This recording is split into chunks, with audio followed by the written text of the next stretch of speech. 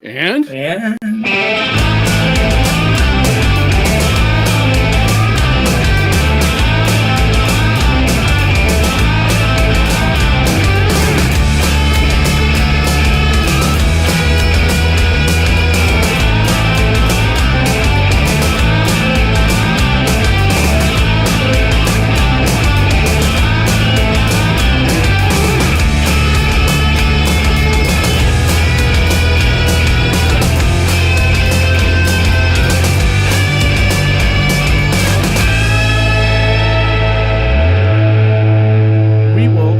To screw it up less next time, although we can't possibly screw it up as badly as the city is screwing this up.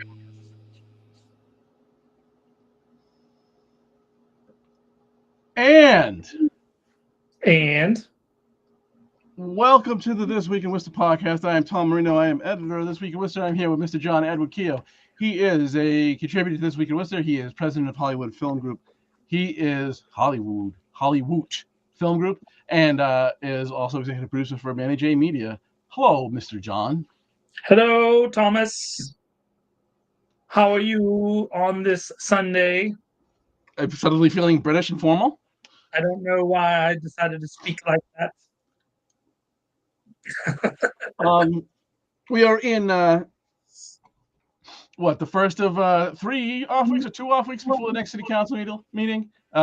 When they meet, they will have 5 weeks will have elapsed. 5 complete in total weeks will have elapsed before the because they did new business. All of their business, Tom. There's no business to be done in the city for the next few weeks. Nothing at all. Important city business shall not commence.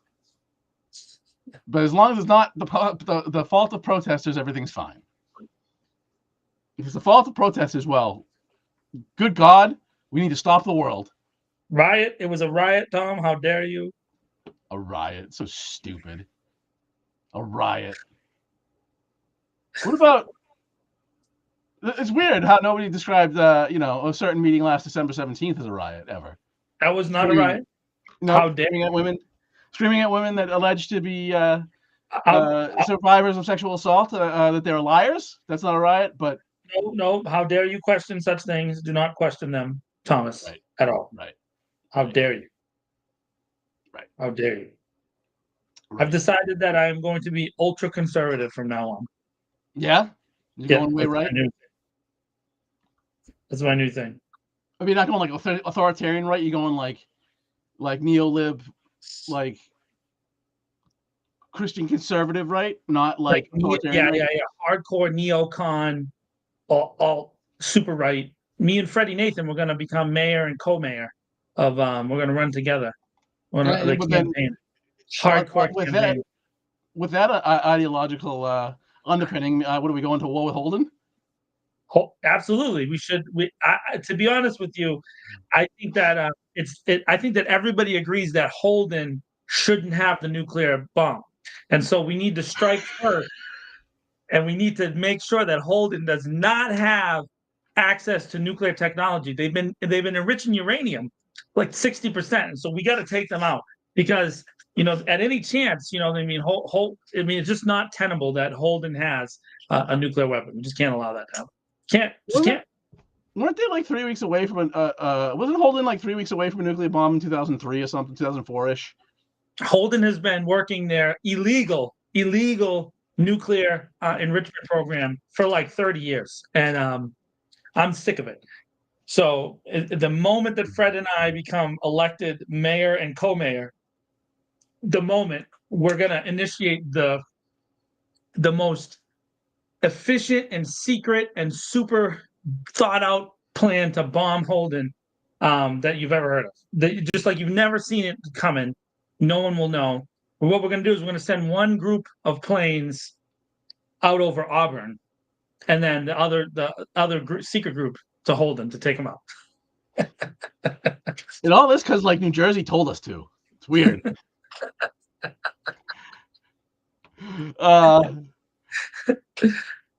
That was good stuff. I enjoyed that. I don't know if anybody else did, but we certainly enjoyed it. So on our agenda, even though the city council doesn't have an agenda this week, we have an agenda this week. Agendas. There we are. The future mayor of Worcester says, no items could be added. City manager, blah, blah, blah. No meeting could be looking at 500 items come July 15th when the city council meets. The next meeting of the city council, rather. I would guess it'd probably be about 60 or 70, but they'll probably, take two lumps of them at 15 or 20 at a time. So, it'd be blown out of proportion. But you're probably right. It'd be a heavy agenda come July. Last year, if I remember correctly, both summer meetings were heavy. Yeah, it's Fred for mayor. I'm just your co-mayor, Fred. I'll help you out with the paperwork. That's my thing. Help you write some ordinance. So when things go right, you take credit. When things go wrong, you had nothing to do with it. Absolutely. When things go wrong, it's Fred's fault.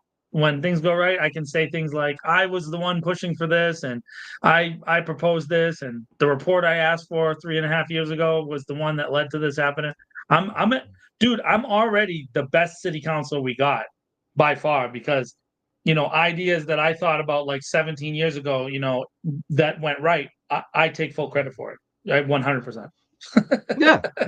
Look. I mean, if you're, when something good happens, you take credit, and when something bad happens, you blame Fred. At least Fred is taking some responsibility in this scenario, and that's one we have now. I will say this, Tom. let me say a positive, upbeat thing about the city of Worcester.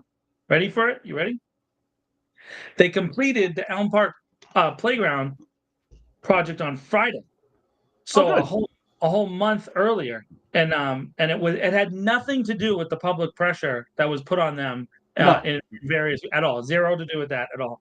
But yeah, it's done, and it's actually it's pretty cool looking. It's all cool looking. I was over there bouncing on the funky bouncy ground that they got. They got like soft, some weird kind of fill that's like bouncy, and then they started the long delayed drudging of the ponds under the old bridge, right? So they're gonna they put these yellow things down there because they're trying to clear the bottom to fix it, because it's not flowing right.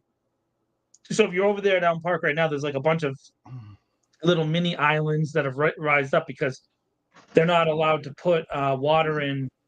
They only can use rainwater. But before this, we had this like early kind of spring rainy season this year. We've been in a drought for a long time in the city of Worcester. People don't realize that because we just had like a ton of rainstorms, but drought, even if it rains in like a small period of time, that doesn't necessarily mean we're out of the drought, right? So Elm Park's water table has been low for some years now. So they're actually moved forward with that project with the ARPA money. So that's great to see that they're actually doing that project now. I know that's been delayed for a couple of years. Yeah. I mean, I don't really like. So it's good that they finished it much earlier. So less of the summer gets lost for this playground that from what you tell me, I don't really know, but from what you tell me, a lot of people use. So that's good. Was there, and I'm asking because I haven't seen anything on it. Was there some statement from the city, or did somebody say something about this not being the result of pressure? But so I mean, no, I'm being sarcastic there. I spoke with the workers. I walk there every day because the Elm Park's right next to my office, so I go there every day. I was there just before our show, and I try to talk to the workers, and they definitely were under the impression that they needed to get it done as soon as possible. So that was what it was, which is good. I'm glad. The reason I even bring it up is that we have a ton of people who watch our show, and apparently we have a group of people that watch our show together on like a replay on Monday mornings. Apparently, we have like a little group of groupies that get together, and they call themselves the Dirty Marinos. That's what they call themselves. No, I'm just making that up. But they there's a group that get together, and then I get questions and stuff and things about what we said. In there. One of the things I've been talking with that group about is that if they really wanted to, have an effective presence in Worcester, you have to have sustained public pressure, because the city does not. Although the city does a ton of deals, and a ton of decision making happens when not in the public view. That's definitely true. They respond to negative public pressure more than any other thing over the past 30 years, right? So if you put constant pressure on there, then that definitely happens. And I know that we've seen that even just recently with the Indian Lake, the big LED sign that was billboard that was going to go up. There was a ton of people that responded. A lot of people, residents of that Indian Lake area, and they pretty much scuttled that thing instantaneously, right? So that's no longer going to happen. I try to get an interview with the guy who owns the sign company, but he operates it for a company that's like out of the state, so it's hard to track him down. I wanted to get a statement for us for this week in Worcester, but I mean that's really the case, is that if you put sustained public pressure, and so I also supported the push for the park improvements to be done faster, because I did do a couple videos down there where I showed that the initial 3 or 4 days after they threw the fence up, there was no work happening at all. And then as we started to talk about it and push for it, and then city councilors got behind it, all of a sudden, it seemed like a lot more workers showed up. And they were also doing the other park up in Grafton Hill at the same time. And so again, how those things get scheduled and determined, that I don't know. I don't understand their processing. So was it contractors or was it city workers doing it? It was contractors doing this project. Yeah, different contractors at both. Like was the same contractor? Same contractor at both, and then towards the end they picked up temporary workers, like a ton. There was a lot of folks cleaning it up when they were finishing it on Friday. Gotcha. So and they were doing a great job. This is not a criticism of the workers at all. They did a great job. No. And I think that's what you want. You want to indicate who does a good job. But they definitely finished it way faster, because there's still actually a paper sign up there where it says that they expected to finish it as late as July 31st.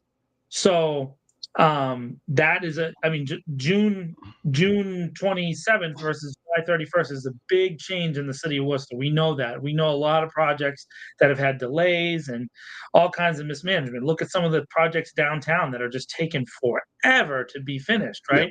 Now, not all of those are public works projects; those are private projects. But when we have a public works project, you want them to happen as fast as possible. And so, it was good to see, at least in this case, that it worked. So, but now, so one of the people that's in that group had asked me this question, Tom, about the park thing, and it was, do you think that they do that because it's easy to show off?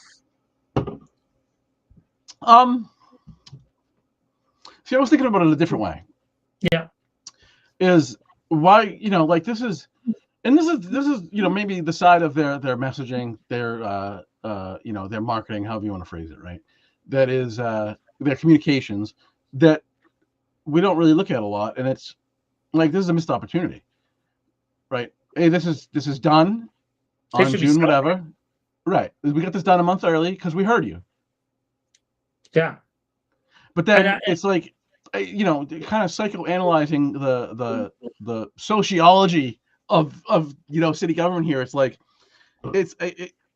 I feel like they would think that that's almost risky to do that, because then if something doesn't go right in the future, they'll say, but deal with that then. Hey, look, we heard you. You were concerned about this, and we found a way to do better than we had anticipated. Yeah, I also thank you for being involved, and thank you for being loud and pushing us to get this done, right? Like this is a thing we're all in together, rather than they do what they do and then we are a problem. So I agree with that. I'm shocked that they didn't have a press release go out and celebrate it, or that they have a little ceremony with someone with a podium and like, look what we did. However, at the last park opening, there was an incident. So, I mean, that might have colored it a little bit, right? So that definitely happened just recently with the drone and Yep. that kind of thing. So that might be preventing them from doing like a ceremony. So I can see that potential thing. I would say the other thing too is that there is a sense in City Hall, definitely last week when I was there a couple times, that the vast majority of the employees are wheels up because next week's vacation time. So there's definitely a feeling that when it's time for vacation and the summer starts to hit, that people definitely don't prioritize things as much as they did in the past.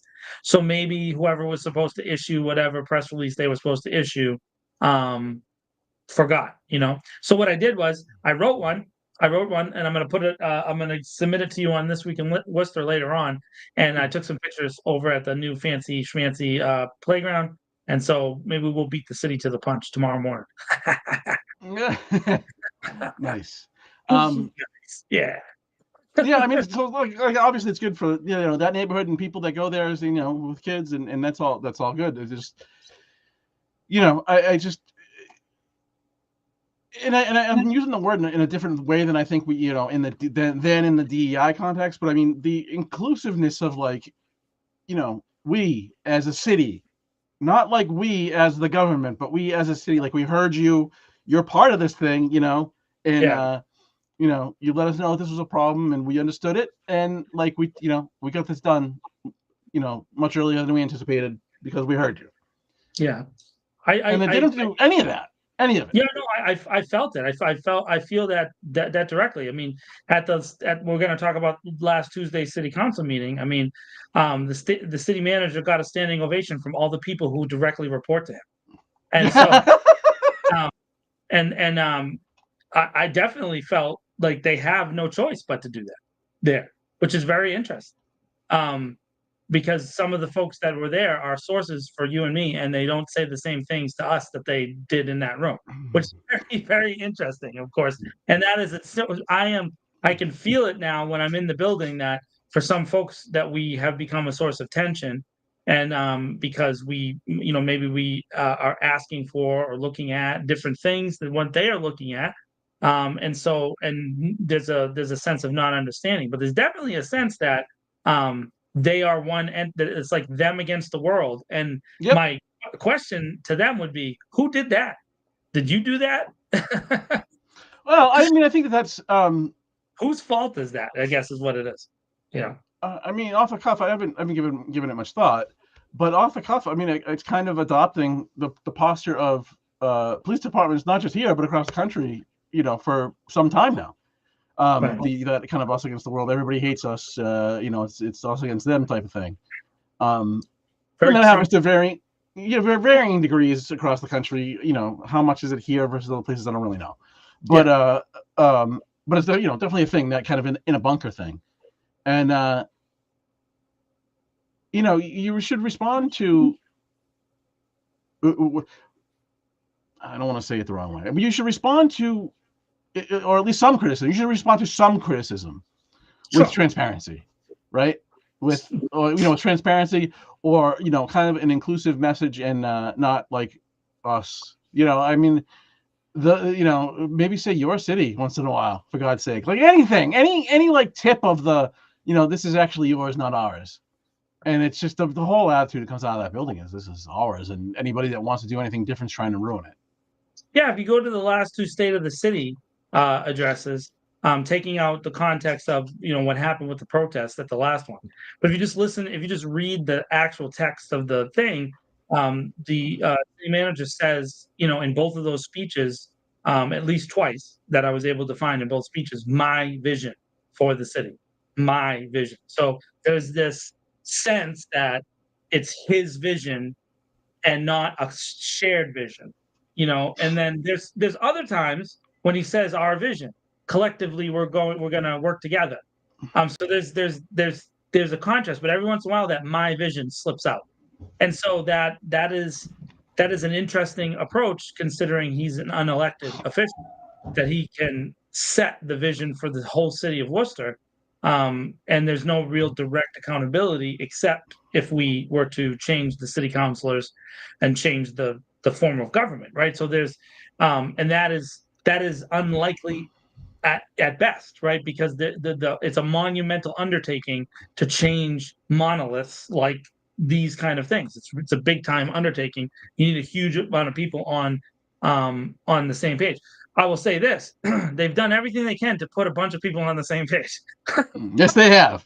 I just want to challenge that. I wouldn't call it a monumental task. It's a big task, though. But Yeah. the other thing I will say is that it will happen. Will happen. So I think eventually there's no doubt that there will be a crossroads that the city comes to where we will be dealing with Plan E versus whatever the future version of the government looks like. And I think that's going to happen. I think it's going to be a spectacular car crash of a war. And it's going to be, and I think it kind of started a little bit already, because you're seeing some very open choosing of sides on the electoral side. We could talk a little bit about some people appearing at different people's fundraisers and stuff like that. I'm starting to notice that didn't happen in the past. Very open, very kind of blatant decision making being made there, and that is very that is not normal for Worcester. And it had for a long time. We knew who the in crowd was, but you didn't see the behind the scenes folks as prominently because it was behind the scenes. But now you're seeing very public stands being taken about specific races, even in district races, which is very, very new. And so to me, that shows weakness on the part of the monolith. So then it makes it more likely that the outcome would be that we eventually have a different form of government here in the city of Worcester.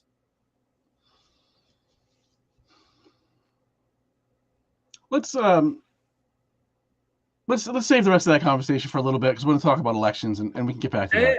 We could drive into that one. That'll be fun. Yeah. Because I almost had a question because I'm not exactly sure what you meant, but that'll lead us on a tangent. Yeah. Let's hold that. Let's hold that for a minute. Just so you know, Tom, our regular watchers, they know what I'm talking about. It wasn't that. That wasn't that I didn't understand. But that's all right. Well, let's get back to that. Your impression. So this past Tuesday, there was a single item on the agenda. Yeah. The city manager's evaluation. Give us your thoughts. So, I mean, okay. So I want to say that as a whole, the city council failed to do their job on that night. And their job is realistically, George Russell kind of said it. It was like, all right, when we do this evaluation, I also want to evaluate myself, right? And the version of the city that those folks seem to live in is one that nothing has gone wrong, and everything is awesome. Everything is cool when you're part of a team, right? That is sunshine and puppies, and we've hit some bumps, but all the bumps are national issues and national problems, and so we just need to focus on our shared vision, and if we get that shared vision in place, then we'll be okay. That's kind of the tone that you heard, and a ton of the city councilors spent a lot of time using a term that most people probably didn't expect to hear if they are tuned in, which is bond rating, right? The city's bond rating, which I wrote an article about, which apparently has gotten a ton of feedback on This Week in Worcester. You can check it out there. Make sure to go on our thing and share our articles, read the articles, click them. Make sure you click on them wherever you see them. Please help out. That's how me and Tom continue to grow this thing with new people and new opportunities. But anyways, they were very focused on the bond rating. Now, let me say this, because our little club of people that get together and watch the show, I got a ton of people asking me, am I against having a good bond rating? Okay. So to me, if you ask that question, you didn't read the article, right? Like, you didn't read it all the way through, because the issue isn't whether having a good bond rating is a bad thing or a good thing. Of course, it's good to have a good bond rating. That means the city pays its bills. That's what that means. The bond rating, in all seriousness, the most approximate thing that we have in our personal life for what the bond rating means to the city is our credit rating, right? So if you have a credit rating that's good, a credit score that's good, the bond rating is related to that for the city. And by all measures, the bond rating is being handled well. All of the city councilors in the majority group seem to credit City Manager Batista with that bond rating. However,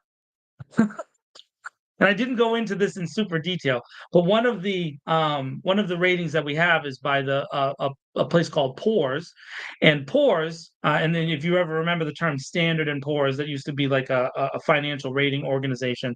But anyways, Poor's, you can't get an negative, AA minus rating, which is stable, from Poor's unless you've been stable for 12 years, not 10, not 8, not 6, not 14, but 12 years. And so the city manager has not been employed by the city for 12 years. So giving him credit for something like that shows a very calculated political approach to how we do and run these city council meetings.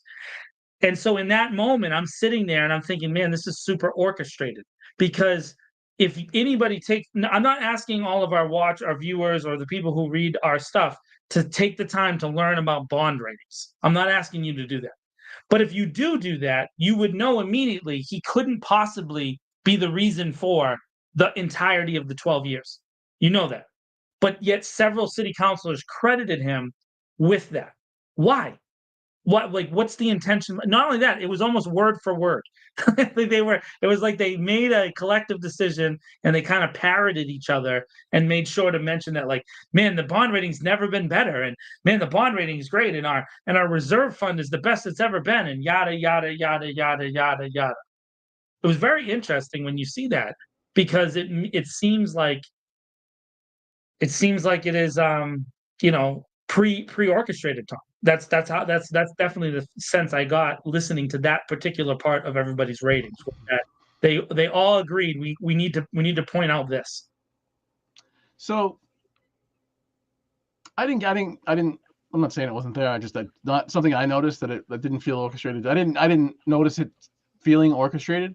I will say that it's a little bit overblown. I mean, the bond rating largely affects the city's ability to borrow money, right? Yeah. And so, it pays its bills, as you said. Like, that's essentially what the bond rating says. But there was a presentation at some point last year in City Council that talked about, it was projecting out the city's debt after it borrows to do the Burncoat rebuild, the Burncoat High School and Middle School rebuild. Yeah. And presentation largely said that after that, we're going to be at a point with the amount that the city has to pay back. It's not dangerous. That's why the bond rating hasn't changed. But, to borrow more money and not have the bond rating impacted anytime in the short term, right? After, they'd have to see some of that debt paid down before they would really have a lot of room to borrow a bunch more money. So, the kind of in a operational sense, they're kind of getting to the point where, if they're going to borrow more money for another project after Burncoat, that's a big project. They have some wiggle room, but more big borrowing is if they were to do that, would probably change the bond rating, and that would then change the rate at which they could borrow the money at, right? How much they're paying to borrow money. That was at least my takeaway from it. I forget when it was last year sometime. Yeah. So I mean, that's not like the worst place in the world to be, right? I mean, you could be in a much worse place, but I mean, I don't know that it's spectacular either. I mean, and essentially you're dissuaded from borrowing more money right now because if you do, you have the risk of paying more to borrow that money because of where you're at, a debt to revenue ratio or however they look at that. Yeah. The PE, right? You like all these different things, but it's very similar to when. So I think that a lot of people will go. I use the credit rating thing as an example, and the reason why I use the credit rating thing is a lot of people will do the work post, let's say, a bankruptcy, and they rebuild their credit, right? And they do a really good job, and they get their credit up to like 750, 760, and they have it restored, and then they go out, and the first thing they do is what, Tom? They take out an unsecured credit card, and that's the very first thing that they do.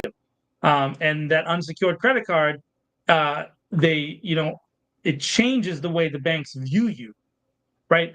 Now, immediately it doesn't necessarily nick your credit, but it is this idea that when you start spending towards the limit, the closer you get to the limit, the more negatively you're viewed in the borrowing space. And so which we've seen the CFO McGurty, he's been talking about this in relation to the South Division firehouse being rebuilt, right? So the South Division firehouse, and I'm following this closely because Tommy and I are working on a documentary in relation to this. So I'm really following this maybe more detailed than I ever have before. To build that firehouse, it's going to cost $60 million. Okay. They've borrowed $47 million, but they've done it a little bit at a time, right?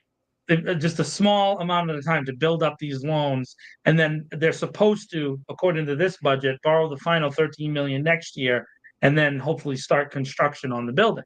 Now, a lot of people will say, well, hey, you already have $47 million. Why haven't you started construction already? And they can't finish it with that. Yeah. Here's where you're in the weird kind of, municipal space of how they don't know. Well, there's also an election in the middle of that talk.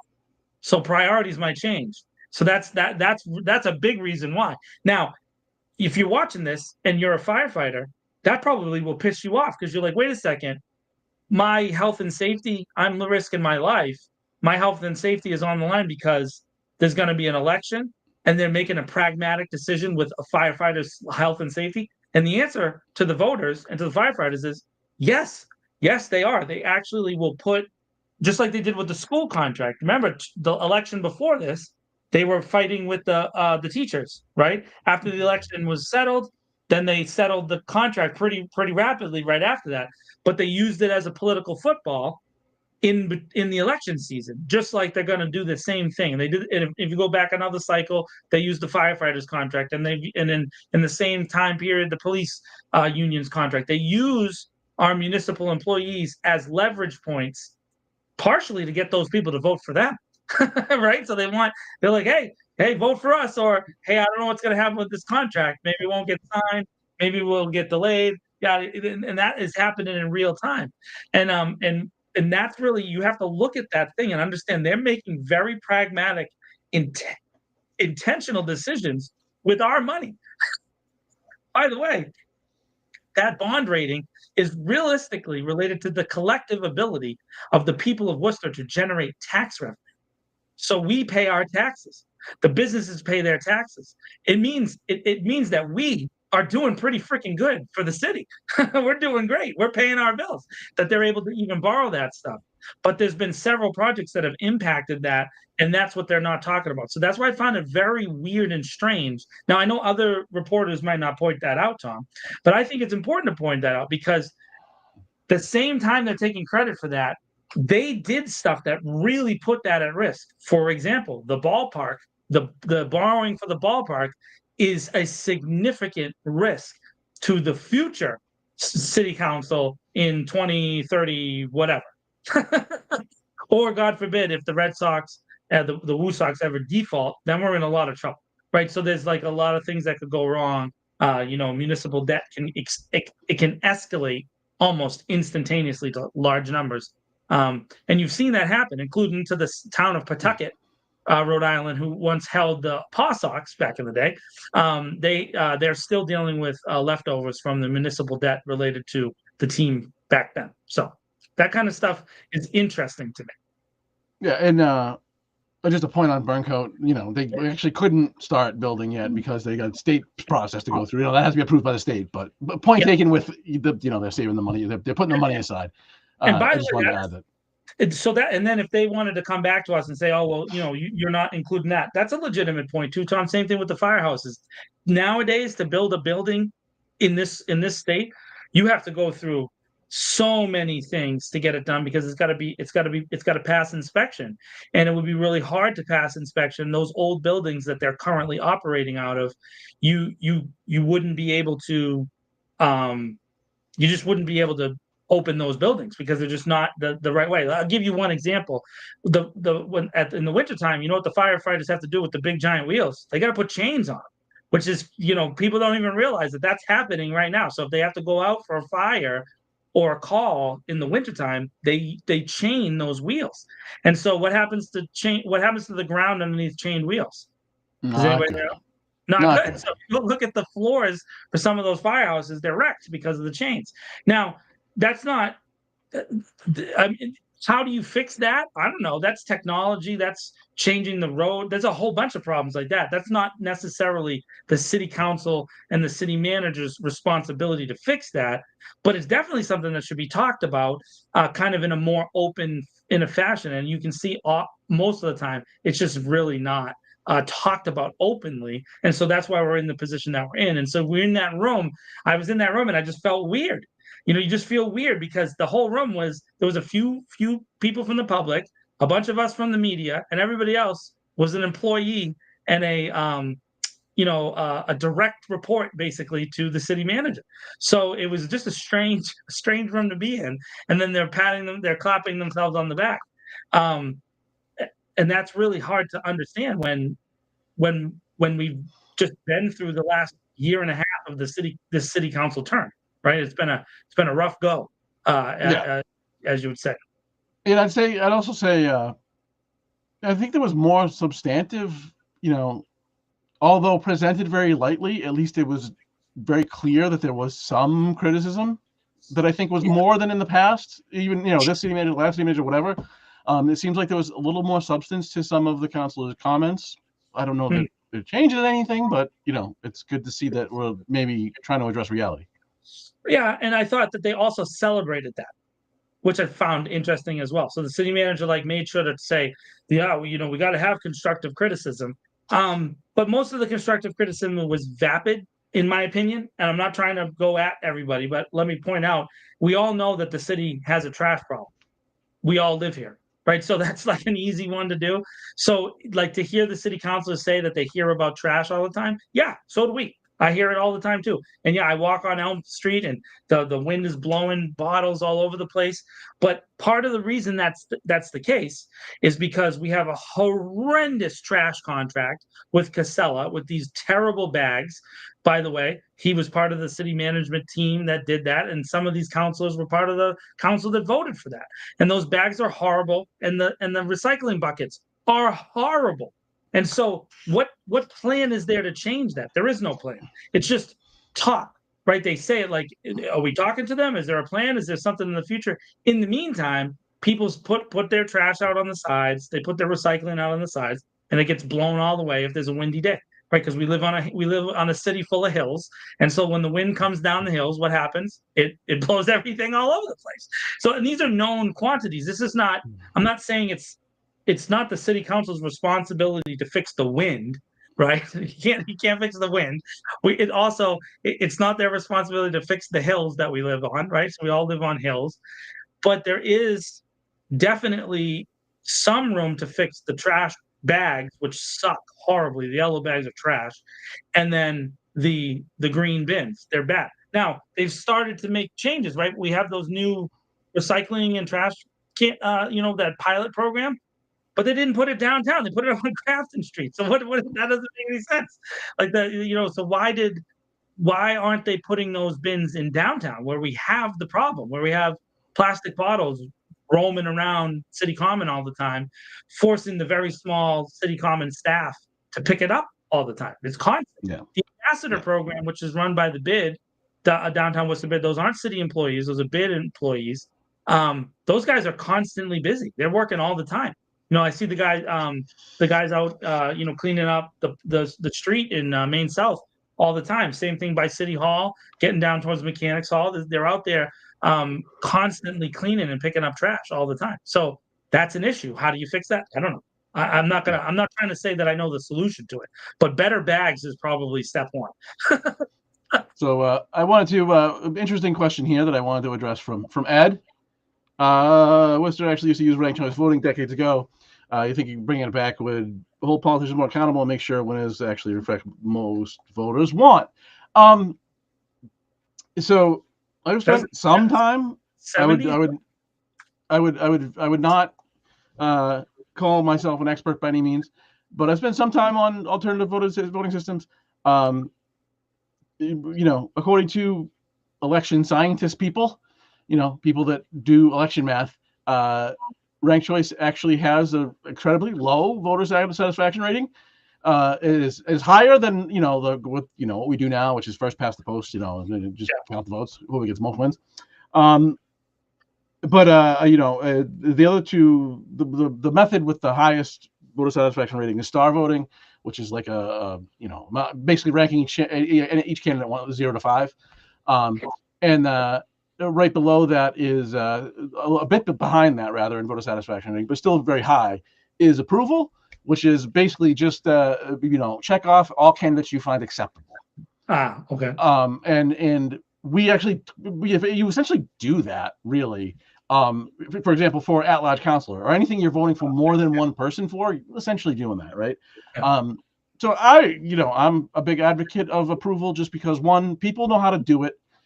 Two, you don't have to change the ballot, so people don't walk into the voting booth and go, what the hell am I looking at? And I think it's actually something you can get done. Ranked choice doesn't perform as well, so say the scientist people.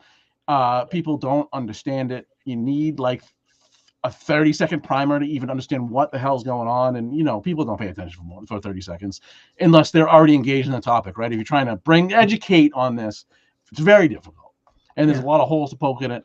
And I'm frankly traumatized from the ranked choice voting campaign here. I mean, they outspent the those who were supporting the no position on that like 10 or 11 to 1 and lost. Yeah, lost pretty big too, significant. It wasn't close. It wasn't. Yeah, it ended up not being close, which was shocking to me. I anticipated it would pass. And it's also a pain to calculate. Sometimes if you have close races, to calculate all of those, eliminating and then refactoring whatever, it takes a long time sometimes. Yeah. I guess typically not in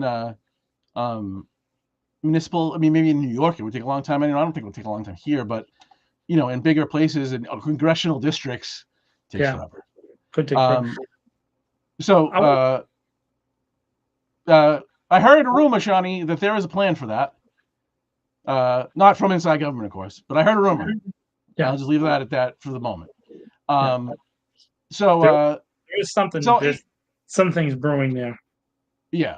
But I wouldn't oppose it, ranked choice voting coming here. If you think about the races we have councilor at large, which is multiple, and then mayor, of course, and maybe to be effective there. But most council races, you don't have more than 2 candidates in the preliminaries. No, yeah. Oh, yeah, no, I'm with you on that. I don't know. I'm ranked choice. I don't know if it would make a big difference for what just one thing that, by the way, one thing our city does do well is elections. So, based on the people that vote, right? So then the question is what most voters want, and the answer to that, Ed, is most voters, people who actually vote, have voted for this group of people pretty consistently for decades, a long time. Yeah. So it's not. When we're making a critique about it, it's not that we can't. And I know this. I get a lot of flack for this, but it's related to people not voting, but very loudly complaining. Right? So we have a ton of people in the city of Worcester who are very, very vocal about a lot of things, and then they don't vote, and they don't encourage other people to vote. And so I've gotten the criticism comes my way. So when I started getting involved, one of the things I did almost 7 years ago now is I joined as a volunteer the elections department, and I worked as an inspector for 6 years, and I recently got promoted to be a warden. So now I'm a warden in one of the. I'm actually at the YMCA. I'm very excited about it. I get to meet my team in August, and then so I'm going to be in charge of a whole place now. That's kind of cool. But almost all of the people who are volunteers are senior citizens. It's not even close, or longtime city employees who have supported the clerk's department for a long time. And so they do a really good job. They have a good system. I'm telling you this from my own personal perspective. They have the right police officers that they choose to be in those zones, generally speaking. The grocery store ones, and I know people complain about it all the time, I agree. And I think also, if you ask Nico directly, he would agree that the grocery store voting places are not what they want to do, but they don't have an alternative right now because several of the venues that used to allow voting there have made it difficult on the city, asking for money and different things like that. So that is a like an ongoing problem. I would say this, that if there was an uptick in voting, and I'm not talking about 80% turnout, I don't think that'll ever happen. No. But there was an up in the municipal elections. If we went from 22%, which I think was a record last time, No, it was less. It was less than 9. It was just under 20%. Just under 20, but it was close. It was close to the record, right? It was like very close to the record since 1990, right? Yeah, something like that. Yep. Yeah. So 1990, there was a big sea change in Worcester politics. You used to get 50, 60, 70% turnouts for municipal elections, and then there was a big change, and that completely dropped off for many years. That's probably a history book someone should write about that. But that 19%, if that went up to about 25, you would probably see some radical changes in the city council makeup. That 6% is not a lot, right? And what is that? I think we figured this out before, Tom. I think it was 22,000 votes up to like 30. If once you hit that, it changes everything. It changes everything. So 8,000 votes doesn't seem like a lot, but if it's 8,000 new voters, it's difficult to predict who they're going to vote for. It really is. And often they vote for new candidates that you've never heard of before because people have engaged them, which, by the way, it's one of the topics on our agenda tonight. What just happened in the city of New York? You had a guy out of nowhere dominate a state, a New York City mayor's primary, which is very, very rare that something like this would happen. That a candidate, because it's been establishment candidates for, I don't know, since the 70s, since the 60s with the New York City. You don't ever have someone that they didn't know was coming, but this guy they didn't know, and part of it was because he actually engaged. Yeah, so RCV, that kind of turnout, Ed, would revolutionize the city. 75% turnout for municipal. It would change everything, because all of a sudden the amount of people per councilor that voted would be so much higher that they would have to change their perspective. Right now, and I don't want to pick on any particular counselor, so let me not say that. But right now, when a counselor says something like, "I've heard from my constituents," they're usually talking about the same 25 people that they hear from all the time. If voter turnout was 75%, that number goes from 25 to 5,000, and that's a whole nother ball game, and it changes the nature of the part-time city councils. I don't know that they can handle it. I just don't think they could. I also, and then we'll get on to our elections bit, but also another kind of voting question I thought was interesting. You think the primary is a waste of time? Basically, Michelle says, let's put we're in a room, but her conclusion is, let's put everybody on the general election ballot, right? So kind of disagree. So in the preliminary, they take the number of at-large candidates down to 12, right? Yeah, to 12.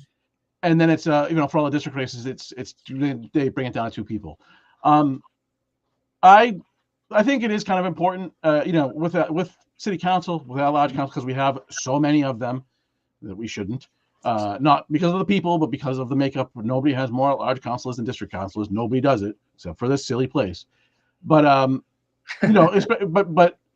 for mayor, I think Shawnee said too, just kind of count the votes, and whoever gets the most votes is in our current system's mayor. I actually like that they actually have, and we're the only ones that do it. This is the one thing that we do that nobody else does that I kind of like, is the kind of separate election for mayor, which is really chair of the council and chair of the school committee. So I do like that, and I think I don't know how many, there is no preliminary for that, so I guess everybody that's of the 12 candidates running for council, councilor at large, they can all opt in to run for mayor. So I guess that could be unwieldy, but I do think they're automatically opted in. They have to opt out. True. They have to opt out. But I do think it's not just city elections, but also state and federal elections. I think preliminary is good to get us. I think it's important that you have 2 people that get all the FaceTime. Yeah. To make the final decision. In my dream world, which will never happen, I don't understand why. This doesn't apply to city elections, but state and federal elections, I don't know why we allow the parties to tell us who should be on the ballot in November. I think we should decide that. And it should be preliminary elections or primaries should be everybody is on one ballot, and the top two candidates go to the general election. And if that here is, for example, it's another Democrat against Jim McGovern, fine. Yeah. And if you're in Mississippi and it's two Republicans against each other, fine. Let voters put the two most preferred candidates on the ballot, and then let those two candidates fight it out. And if that's not, if they're in the same party, so what? So I think voters should choose that. Again, it doesn't really apply to city elections, but I think that would help things dramatically, and especially, in the House and the Senate would probably do something about these de facto lifetime appointments once you win. Yeah. I think part of the reason that's there in particular in our election, if you go to, you've got to look at other municipalities who have a similar government structure to ours, and there's not that many. Plan E is not. Nope. It's not, and there's very few cities similar in size to us. So realistically, the only other place in Massachusetts that we can really compare ourselves to is Cambridge. So you've probably, if you've watched the show for a long time, you've heard Tom and I talk about, the Cambridge City Manager and the way they have it set up. They have a ton more money. They're much bigger tax base than we do, partially because of some of the big companies that are there. So they bring in a ton of money. There's also a bunch of rich people in Cambridge. So there's that. It's that difference is that in Cambridge, because there's a bunch of people with money, they've been sued a bunch, right? A bunch for different things related to their Plan E government, and have made changes, which, by the way, it is slightly different, Sean, but it's slightly different because of public pressure through litigation. So our city council, and this is something Tom has talked about a lot, can write its own ordinances and can imagine that within the framework of the current charter. So they don't just have to do charter change to change the charter. They can actually write an ordinance that becomes law. And then the charter becomes different by adding an ordinance to the charter. No, right? No. So no, that's incorrect. So the charter is, constitution-y, right? So you can't write law, you can't write ordinances that would be in conflict with the charter. But you can write laws that within the rules of the charter, right? And they don't do that either. What I'm saying is, when Mo Bergman proposed to change the language of the charter to make it so city councilors could lose their money if they didn't show up for 3 weeks, he was proposing a change to the language of the charter. Yeah, so they could do that with a special act. That's like an amendment to the charter rather than a new charter. Yeah, they could do, the council can do that through special act. Cannot. So they could change things in the chart. That's what I was referring to. Not yeah. I used the word ordinance. So in Cambridge, they've done that a lot, right? So if you go look at Cambridge's charter, it's much different than ours, but it's because of amendments, the home rule, right? Am I saying it right now? Home rule? Yes. So they have an except for charter. So they have what the state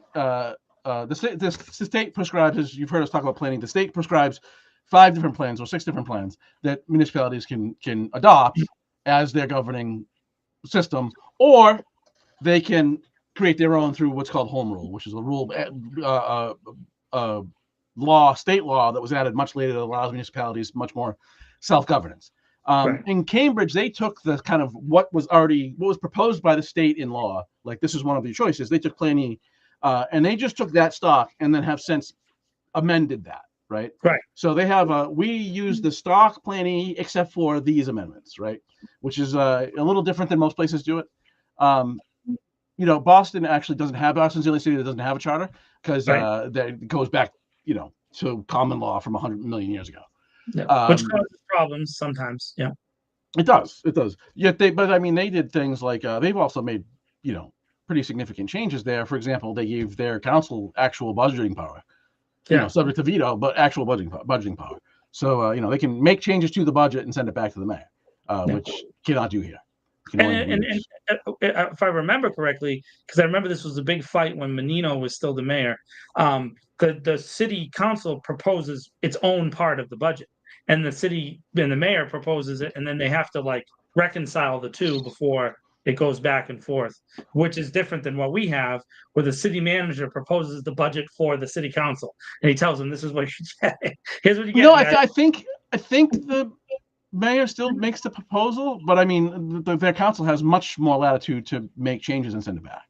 Right, that would be my biggest thing, is how would we get it so that they had their own ability to write at least their section of the budget, and also to make actual line item changes, which again, I think you did some research earlier this year where you said that they could, but it definitely came out in the budget hearings that they don't think that they can.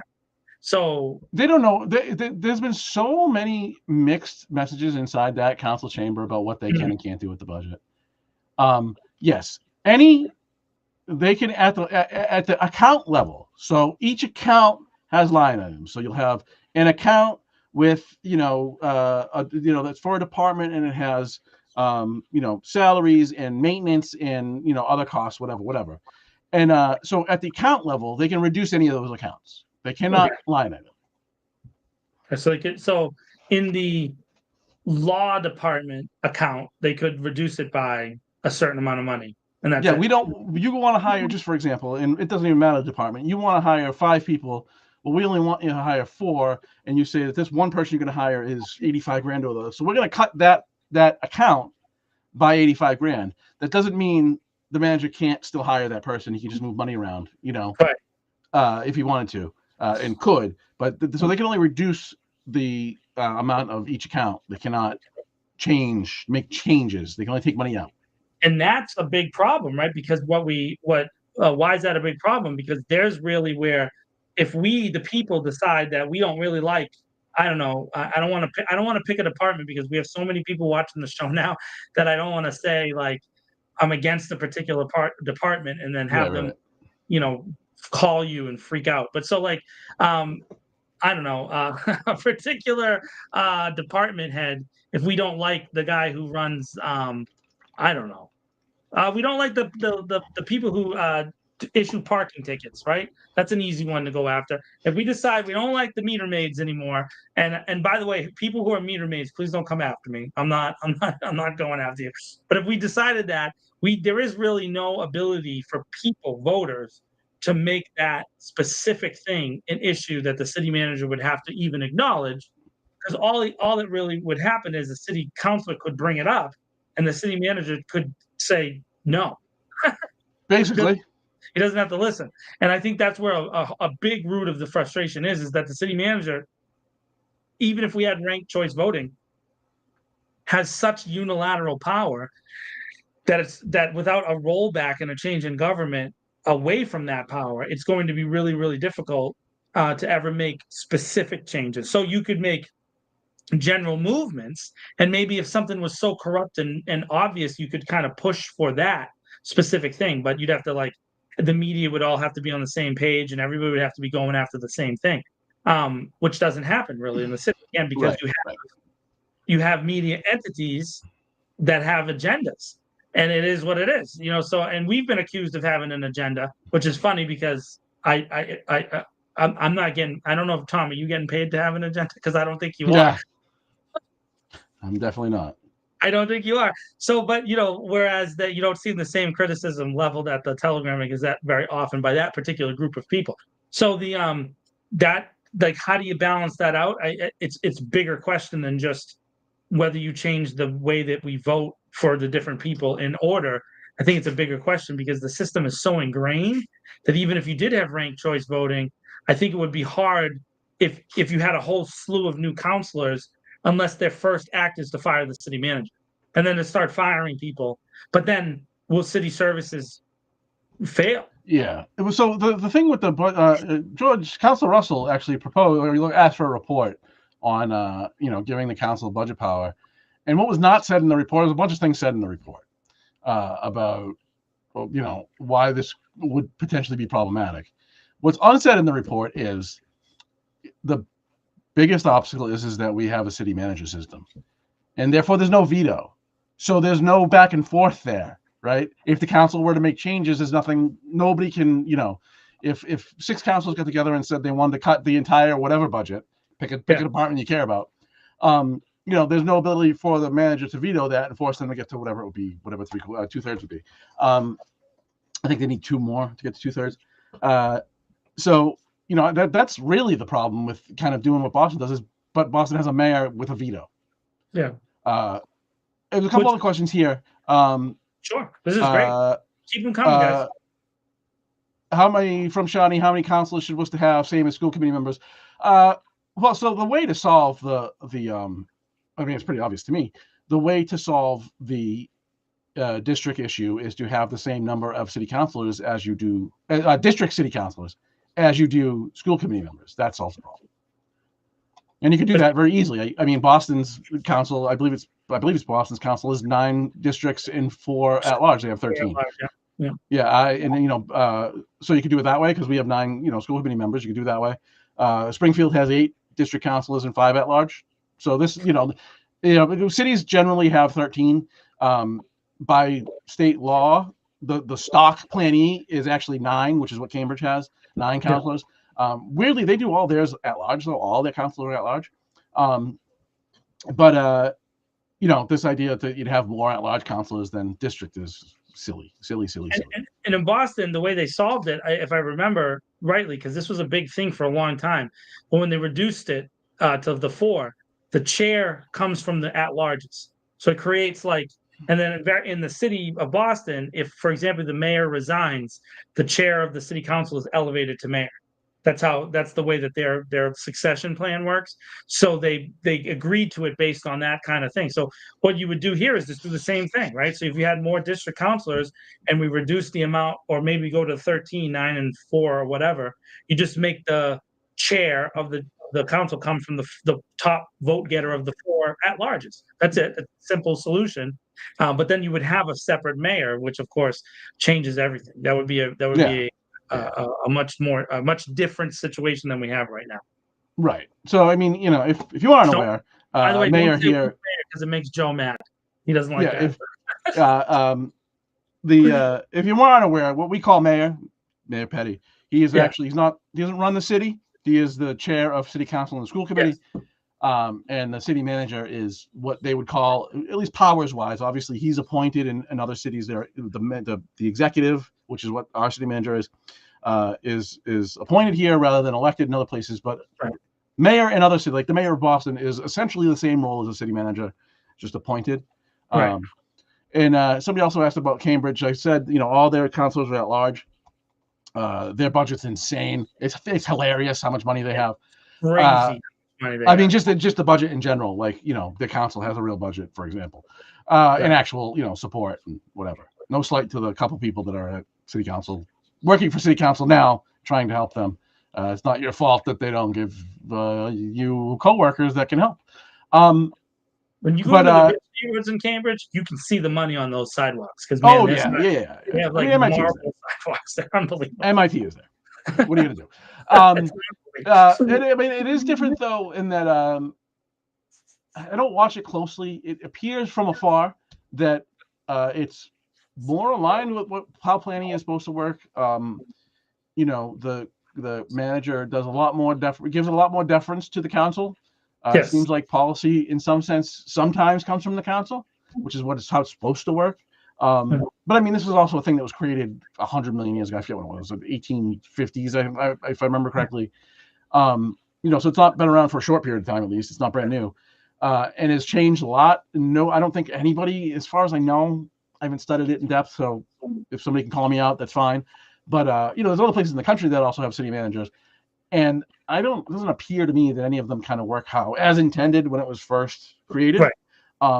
But to say ours is close to as intended, ours is, I don't know if it's as far away as any of the others, but it's got to be in the conversation. I mean, it's really strange the way we do it here.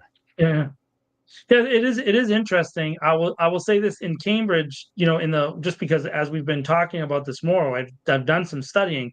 The city manager is definitely not as prominent in the media as he is here. Not, and of course we've had 3 consecutive city managers who have been very prominent in the media, right? So very much front facing, very much on TV, on the radio, in the newspapers.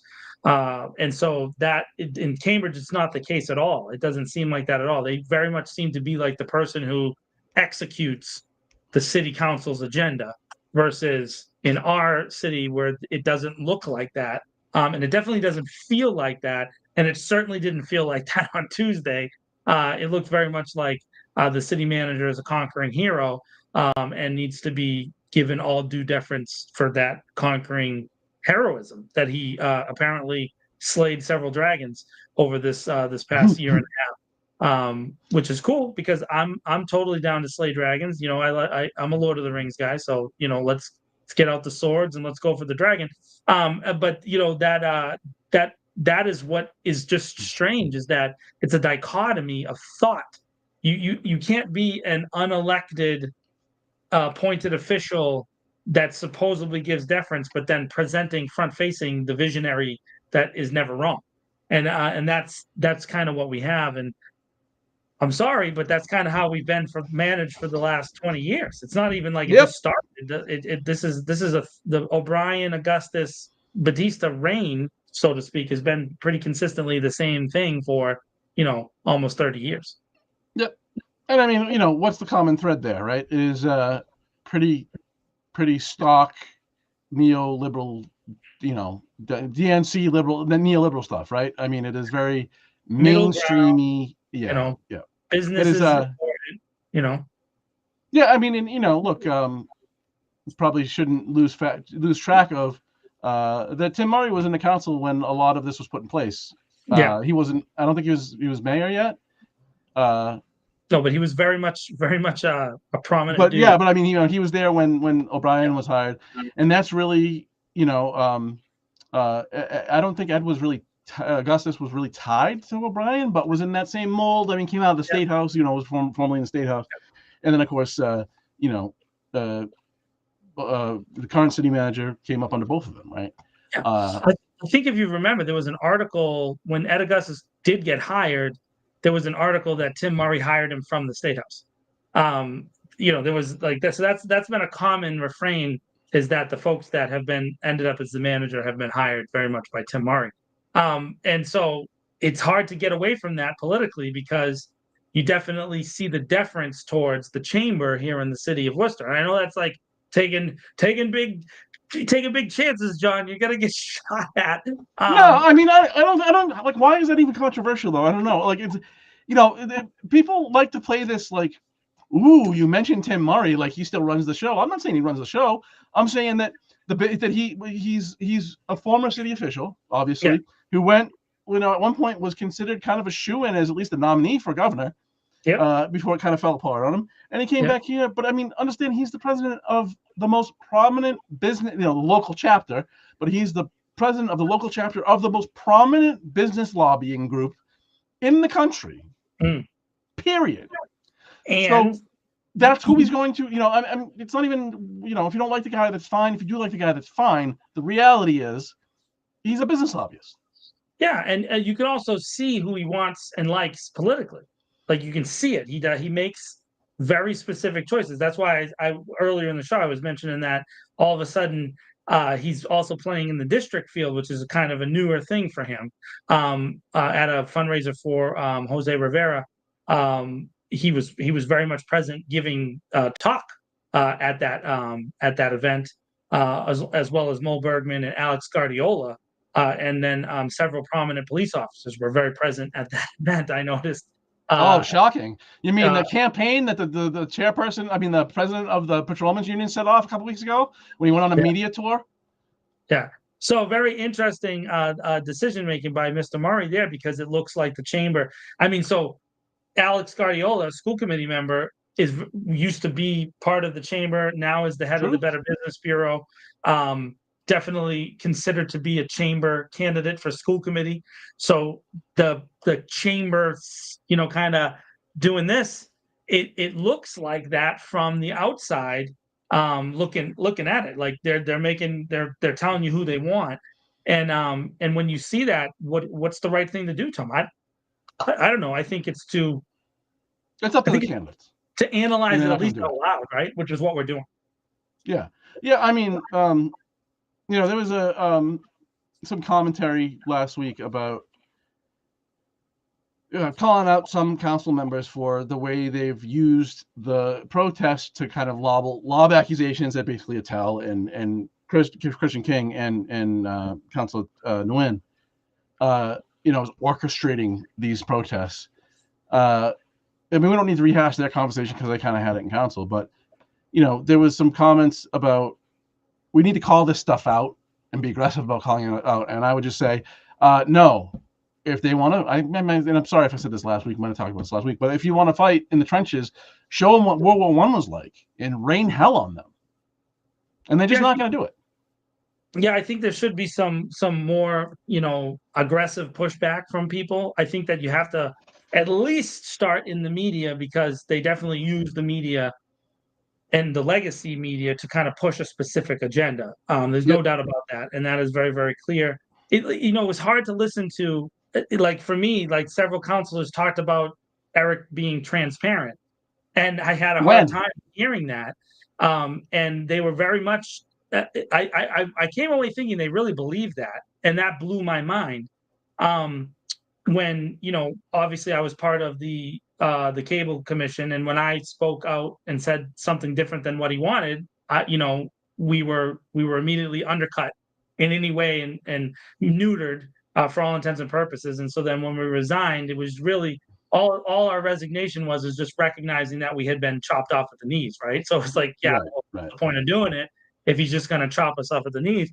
But then just a couple of weeks ago, he orchestrated the demise of Ellen Shemitz and oh my goodness, I'm going to forget the other lady's name, the former president, chair and vice chair of the Human Rights Commission, and replaced them.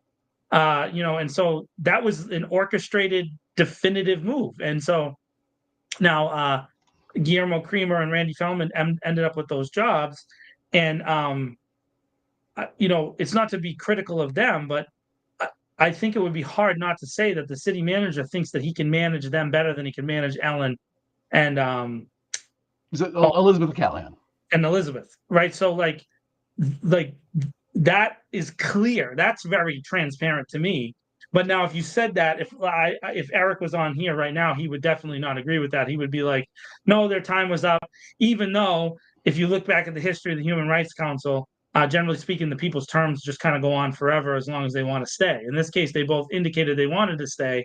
The city manager decided not to renew them, and he has said openly and publicly that they weren't doing what he wanted them to do. Which is never how the Human Rights Commission has been viewed since the 70s, when it sued and won and beat the city that it's a quasi-independent agency. Yeah, but what they also did was, and I think I'm not 100% sure, but I think they did this in the reorg when they reclassified some stuff into the new DEI program, the new DEI division. Is the only redress that the Civil Rights Commission has to enforce its mandate given to it by ordinance is it can sue, but the only person that can sue on its behalf is the city solicitor, and that's obviously never going to happen. So what they've done is created a mandate that they can't, given a group a mandate that it can't enforce. Right, but an interesting thing about that is that is patently illegal, but there's we need another lawyer to sue that, because what they did there should be wrong, but because the city solicitor interprets the law that the city manager wants in place, the city solicitor is never going to interpret against herself that is incorrect. Let me recast that. The city solicitor is hired by and can be fired. It serves at the pleasure of, meaning can be fired by the city manager at any time. The city solicitor's job is to represent the administration. The city manager likes to cast this as the city as a whole. That's just not correct. It's the administration, the operational arm of government. And any lawyer's job is to craft legal arguments, if at all possible, that justify or give legal, credit, give legal weight to whatever the policy of the person that they work for wants, whether it's to get off of murder or to, whatever it might be, right? Yeah, just like if you had a lawyer and you wanted them to say that you weren't abusive towards me on a regular basis, slapping me around as you tend to do, then the lawyer would have to craft an argument that said that John deserves it because he does. Find some Right? legal argument that I can actually do that, right? And by the way, I'm pretty sure that they would be able to find somewhere in the Constitution where it says Tom can slap John, and that would pass muster. I'm pretty sure everybody in the chat would agree. Is it constitutional that Tom can slap me around both verbally and physically if necessary? I think that we should just get a couple votes in the chat. I'm sure people will pop on and give it an affirmative.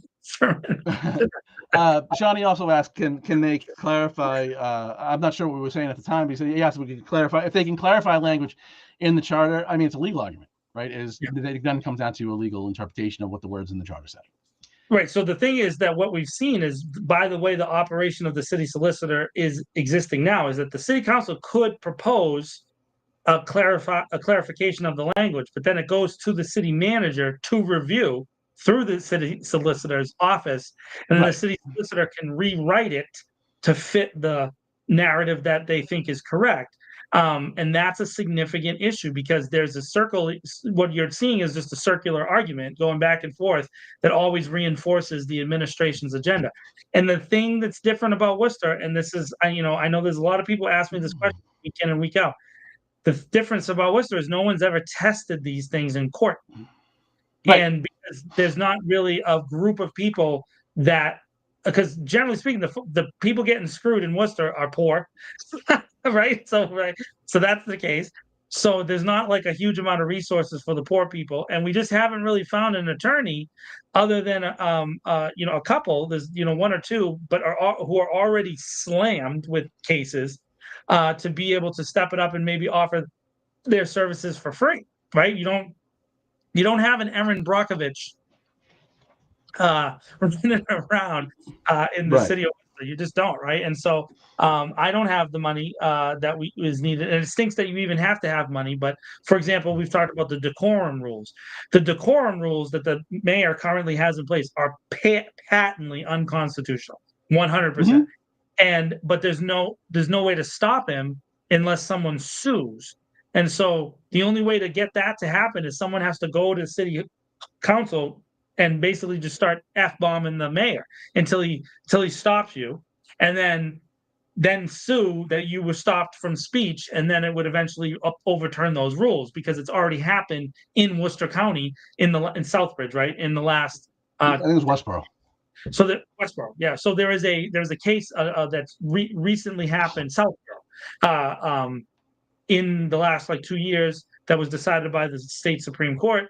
So, but to get that to be imposed on Worcester, we would need to sue from Worcester and get it imposed, and would take a little bit for it to happen. Yeah. And by the way, the courts, the judges in the district and superior courts here in lovely old Massachusetts, both civil and criminal, would love to find against the city of Worcester again, which we have consistently lost over and over and over and over and over and over and over again. For I don't remember the last time the city won.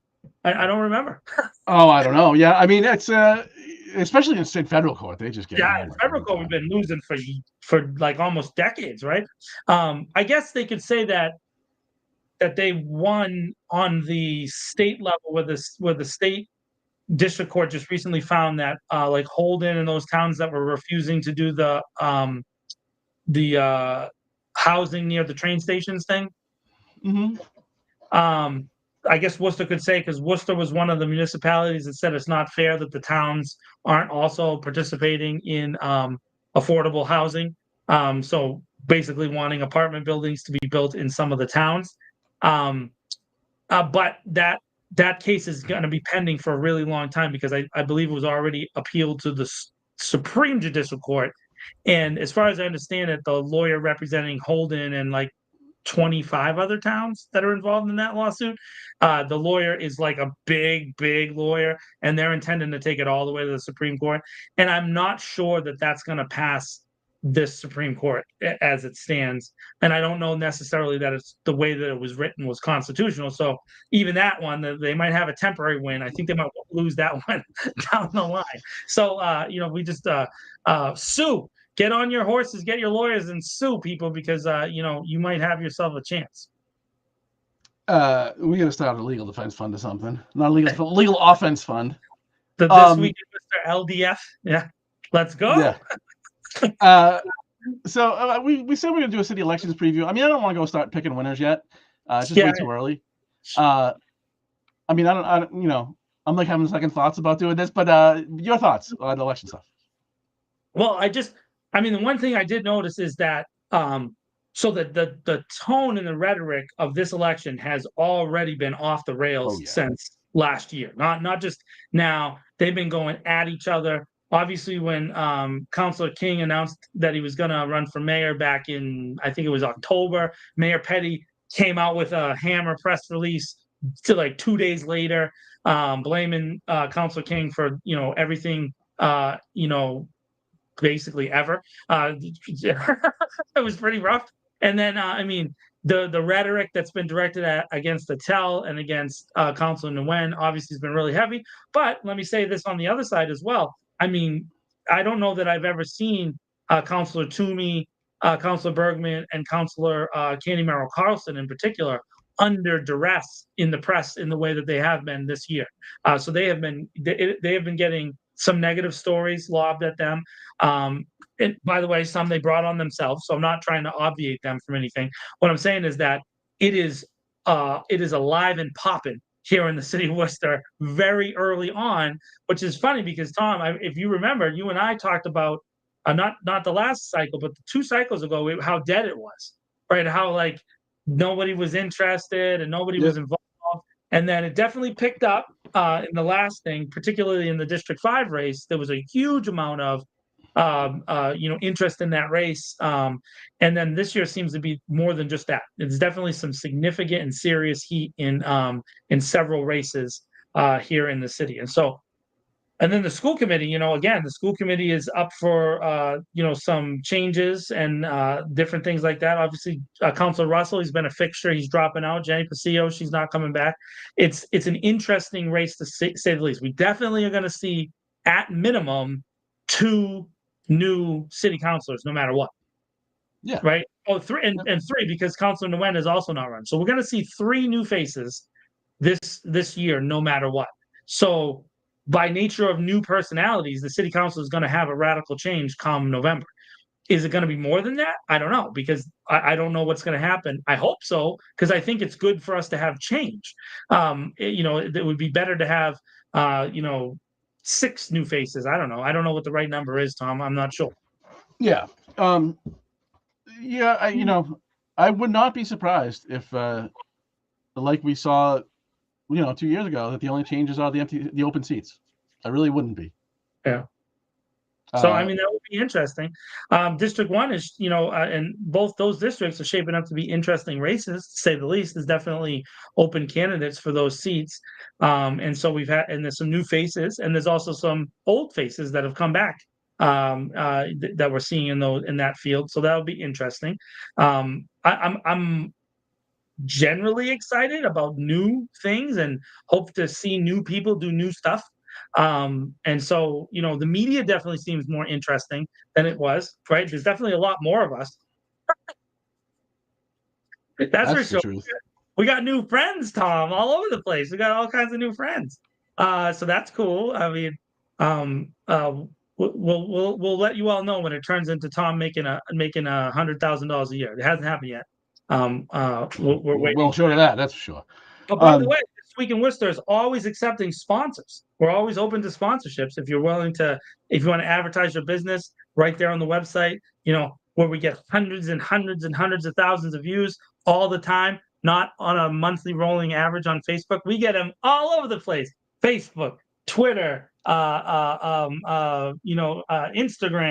and the website, Google. You could do it all with This Week in Worcester.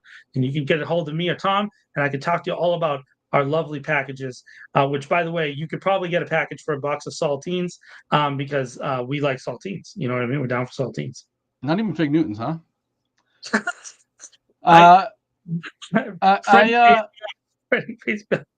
Soros isn't paying us.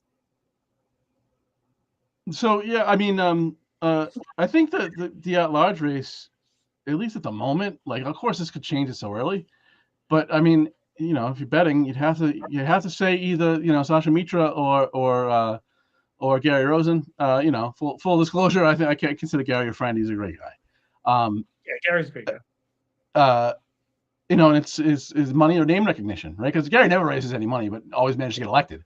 Yeah. And as I've reported in print, Sasha Mitra's raising an absolute stupid amount of dough.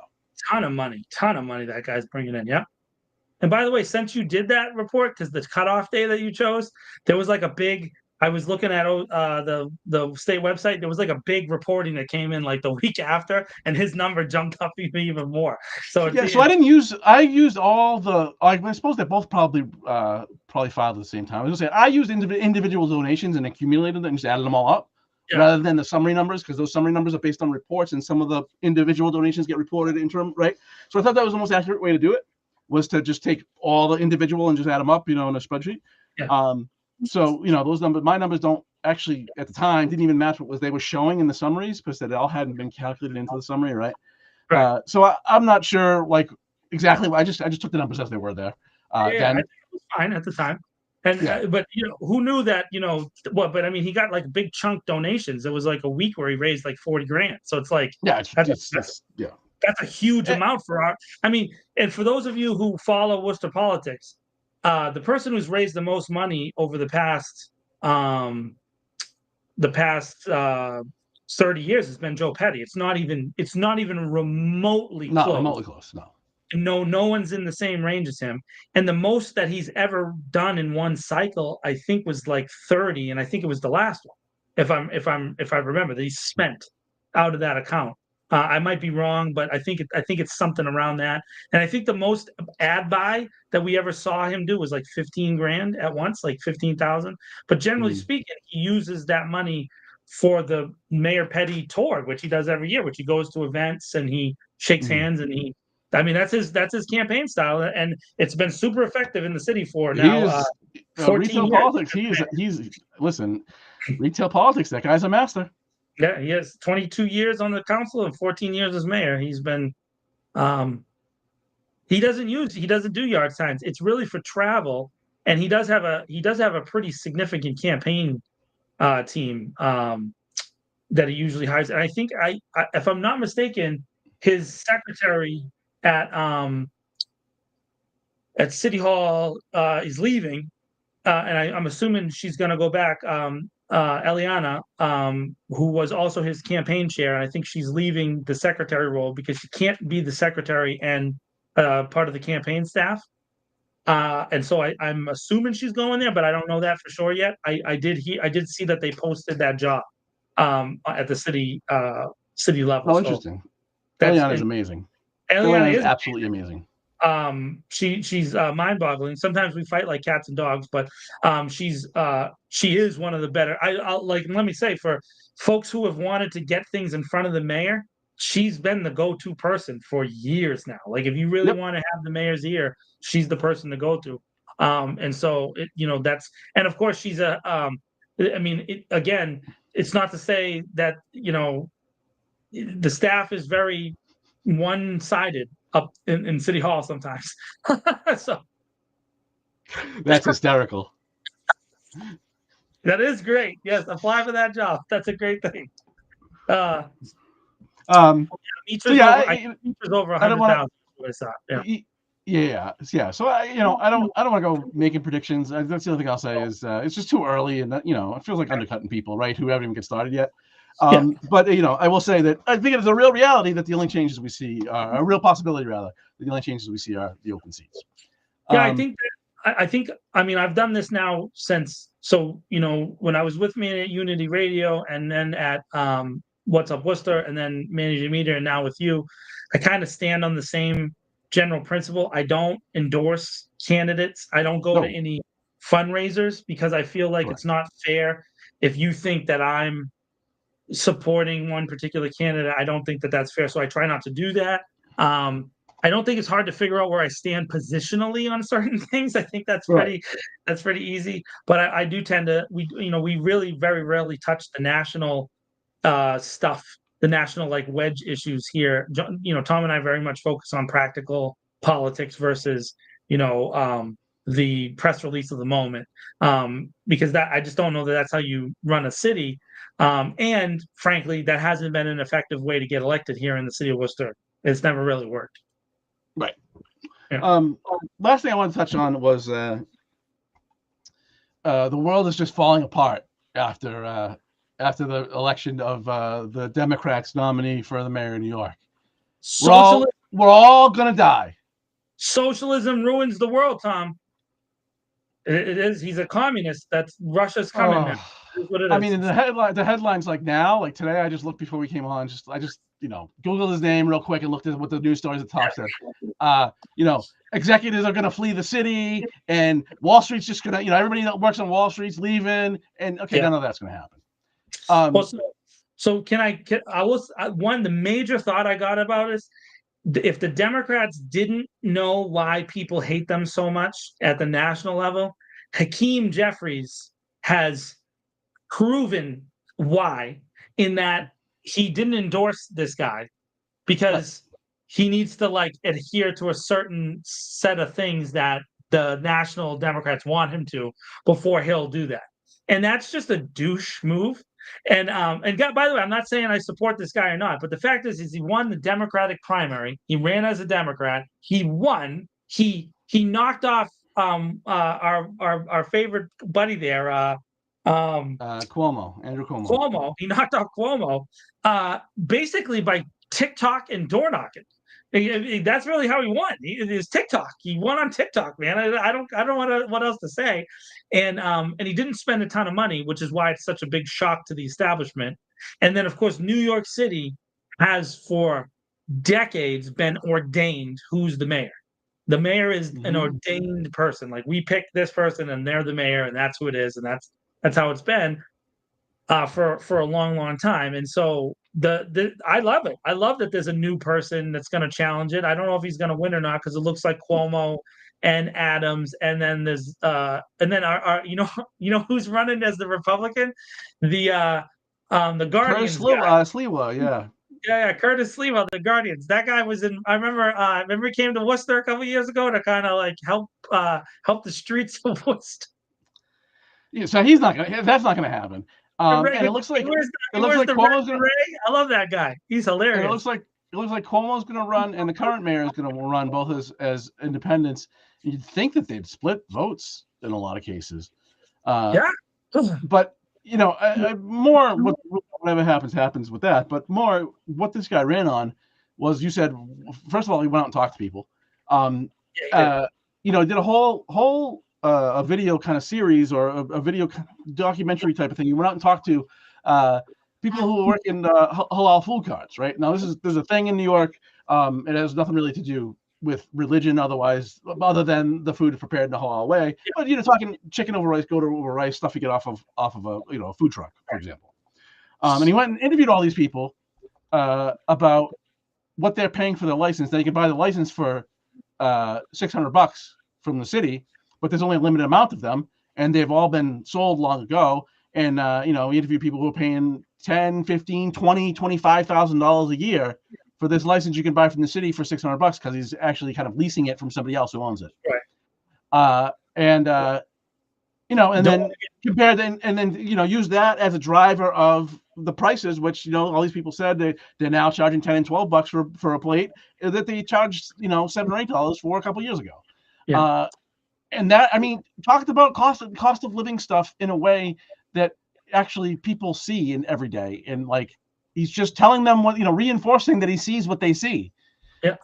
He did a lot of other things. Like, apparently on election day, he walked the length of Manhattan to go vote. Yeah. I think it was Manhattan that he went to vote. Where and I saw something that kind of juxtaposed that with Cuomo, who a driver pulled him up to the polling place and he walked out and voted and walked out 3 minutes later and left. Yeah. So, because the guy is a member of Democratic Socialist DSA, and has critiques of capitalism, all of a sudden he's a communist. Look, who cares? He's talking about free buses. You know what we do? You know where else does free buses? Here, and it works out really well. Socialism. Yeah. So, he's talking about running a pilot, one in each borough, of city-owned grocery stores, which Yeah. seems odd, except when you look at New York and you have food deserts, and there's a everything. There's a one of everything on every corner in New York City, right? But people can get food. You can go to a million places and get junk food, but you can't actually buy fresh food to prepare for yourself. And so, you might not like the idea of city-owned grocery stores. I kind of don't either, honestly. But at the same time, if people can't, there's nowhere to go for people to get food besides at retail and it's all trash. Right. What's the better alternative? Let people continue to eat trash and then run up and then go to and then over time accumulate illness to poor health and go to the emergency room for treatment they can't pay for. And we all end up paying for it anyway. Yeah, I think there are the argument isn't capitalism and socialism. It's a mixed economy. It was never a capitalist economy. It certainly is not a capitalist economy. It's probably furthest from a capitalist economy than it's ever been, quite frankly. And you're right, exactly. But it's a mixed economy. It's intended to be a mixed economy, and we should be fighting over the mix, not over buzzwords. Because we can manipulate some things, capitalism into calling it something else too. I don't really care. Like, that's not the discussion I want to have, is debates over words that are not really relevant. I think more and more what you do see is that the people that try to somewhat catch the imagination of younger voters and voters that have been disillusioned are people who at least try to think about a new idea. And in this case, as soon as this guy got elected, the Republicans started looking into finding a way to deport him. And then the Democrats, started demanding he adhere to their national standards, right? There was those two immediate attacks by the two national committees. Hakeem Jeffries went on all the Sunday shows and ripped this guy, which doesn't make any sense. Like, why would you undermine a potential? Because Hakeem Jeffries is a human piece of garbage. That's why. It's just crazy to me. Like, it doesn't make any sense to me. But I think that's, I've said this for a long time. We've talked about it on the show a bunch of times. I long ago lost any interest in the parties as being the solution-driven place. You need to find individuals who have ideas, and then it doesn't matter what party they're in. You need to vote for a person who has new ideas. This guy has new ideas. I think that you should try something new, something different. I think one of the episodes that I watched was that there was a lady who had tried to get some of those rooftop gardens in Queens, right? They were trying to get them, and the city put this massive series of roadblocks up against it. And then, of course, when there was a new skyscraper was built that was for fancy people, they put a garden in right away, right? And so she told her story. It was 10, 15 years of work, and then they just completely rejected it. And then as soon as the rich people put it in their building, up goes the garden, right? And so there's that. The regular folks of our country are seeing that live. We all see that. We see you can't come out to do this, but you'll come out to that. And listen, it just happened in our city last week. As much as I agree with the LED sign not going up over Indian Lake, because I don't think billboards are effective advertising tools at all, and they're ugly, and I wish they were all gone because they're useless in my opinion. However, it was interesting to watch how fast the city council and city council candidates activated for that versus activating for issues that have been really endemic to our poorer population here in the city of Worcester for decades. And whenever you ask a question, it's like, oh, well, we got to do another study. And we can't, we're not going to go down there. And then, of course, the firefighter thing, I brought that up at the beginning of the show. I'm going to continue to advocate for this and push for it. But, our firefighters are, the vast majority are living in these firehouses that are substandard, and were substandard when they were built. They weren't designed for people who go and fight fires. And, they have to ask for extra suits, and they have to ask for an extra helmet. What? It doesn't make any sense. What do you mean? What do you mean they have to ask for they have to pay for their own stuff? No. Now I can hear feedback from people right away, right? And the feedback is going to be like, yeah, but what about so and so who makes 200,000 and so makes 3? Those are valid arguments about how you structure the pay, but I don't know that you make that argument at the expense of the dude who like runs into the fire, right? So that's the person that you want to take care of. The city doesn't activate for that guy either. So it's not just that the city doesn't activate for the poor folks, they don't even activate for the working class municipal people that we call our first responders. Unless one of them dies or is hurt or saves a cat out of a tree or a kid from a burning school bus or something like that, then they come out and they shake hands and they give proclamations and they put shiny stuff up and they go, look, we did it. And they try to take credit for that, but they don't do the work that we really need them to do. And I think this guy hit a nerve in New York City that there's people that are like, what the hell, man? I'm just selling a hot dog. Like, yeah, I just want to sell my hot dogs. You know what I mean? And yeah, they're halal dogs. So whatever, that makes the, whatever. And people are so racist, Tom. I'm sorry, dude. Our country is just massively. Oh, and I know that there's another argument like, oh, everything is racist. Well, no, not everything is racist. But man, that is super racist when they're like, this guy's he's a jihadist and he's all these other things because he happens to be a different religion. Like, man, you guys really expose yourselves on a regular basis to who you really are when you come out with these ridiculous comments on I mean, even in our Worcester political dialogue, right? There's people making crazy comments, and I'm like, dude, you're so racist, and it's just open and obvious, and I'm like, wow, like why even say it? Just don't even say it. Just let it go. Just let it go. Meanwhile, in New York, the Mandani cross-endorsed because they have ranked choice voting there. So they cross-endorsed each other, and the person he cross-endorsed with was the comptroller currently of New York City. The highest ranking Jewish official in New York City government endorsed him. But he's an anti-Semite. It's not only that, that guy Brad was what's his last name? I can't remember now. But he's the guy who he was going to immigration court and walking people to their cars, and he's the one who got jumped. And arrested. Yep. Arrested. So those two guys. So of course the conservatives are gonna like, oh, they're just liberal. That word that they use now that bothers me. I don't like it, so I'm not gonna say it. But they use those kind of words to like group people together. They do it to Tom. They do it to us, even though we present very different ideas on a regular basis here on our show. Brad, right? And so we present different ideas here, but we're pigeonholed into one thing because we happen to say, hey, it's not cool that you did that. And they're like, you're a leftist.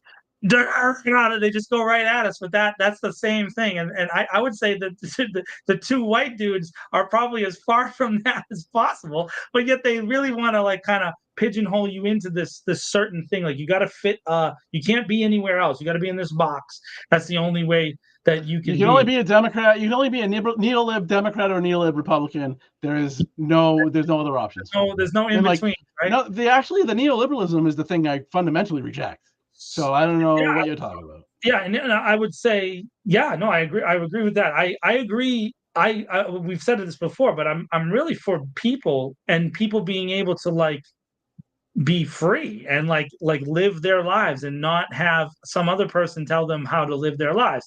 Now that is a very broad thing because that could be applied in a lot of different ways. But I really think what it comes down to, I shouldn't be telling you how to live, and maybe you shouldn't be telling me how to live in it unless I'm harming somebody.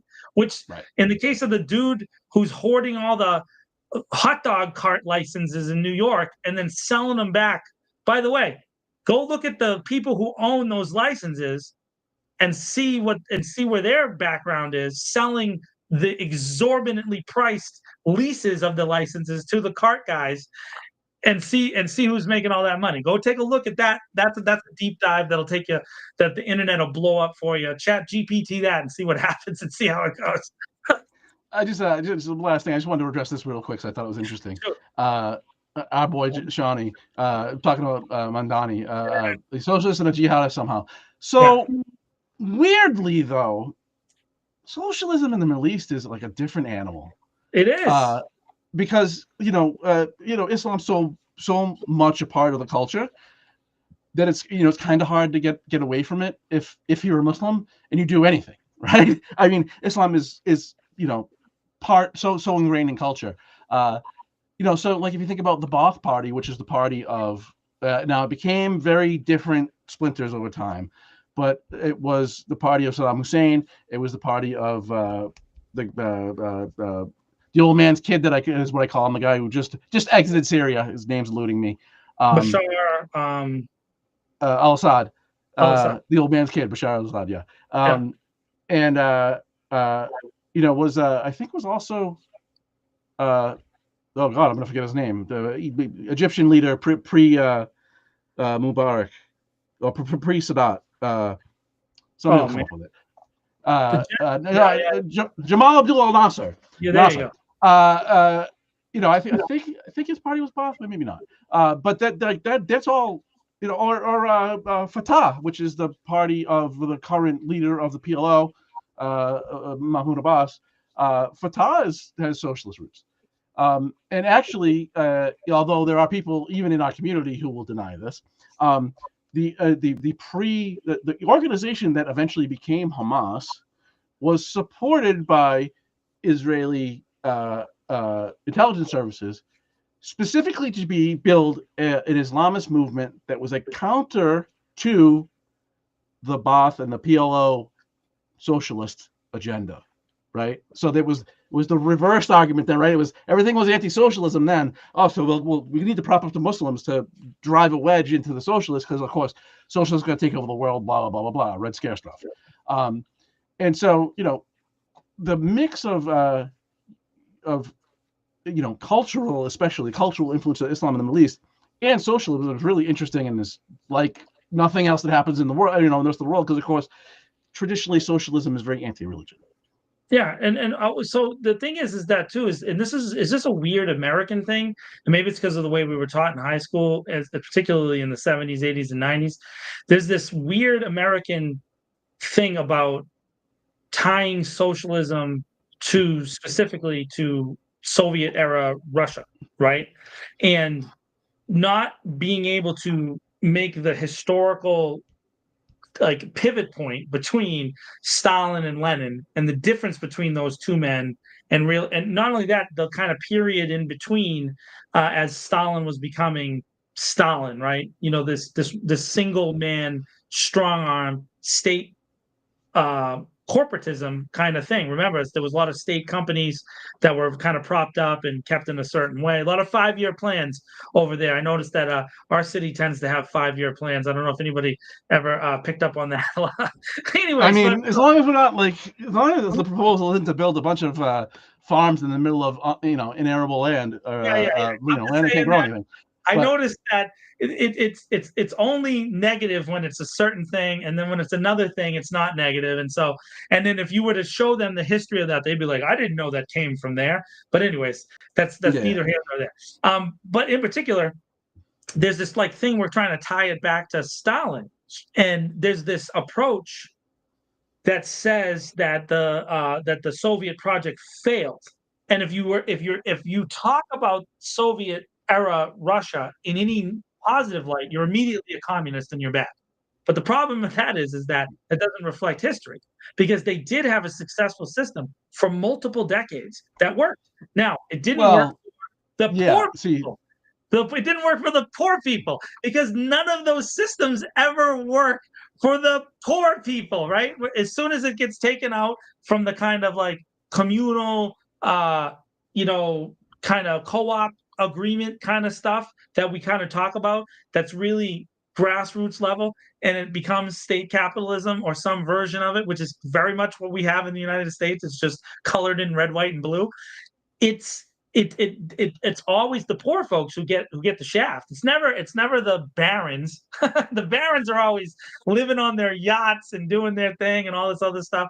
And so we have that sense here. And so if I was to have this conversation with there's a couple local Republicans who I've had some recent conversations with, because I'm trying to get them to come out and talk to Tom and I, and hey, let's have this conversation. And they're what I call, Tom, true believers. And true believers are the worst people on earth. They're the worst because you cannot tell them the moon is made out of rock if they believe the moon is made out of cheese. You just can't do it. I mean, They don't. They won't listen. It's almost. It's like throwing. It's throwing. It's just a. It's tough, man. It's throwing a hot dog down a hallway. A halal hot dog, by the way.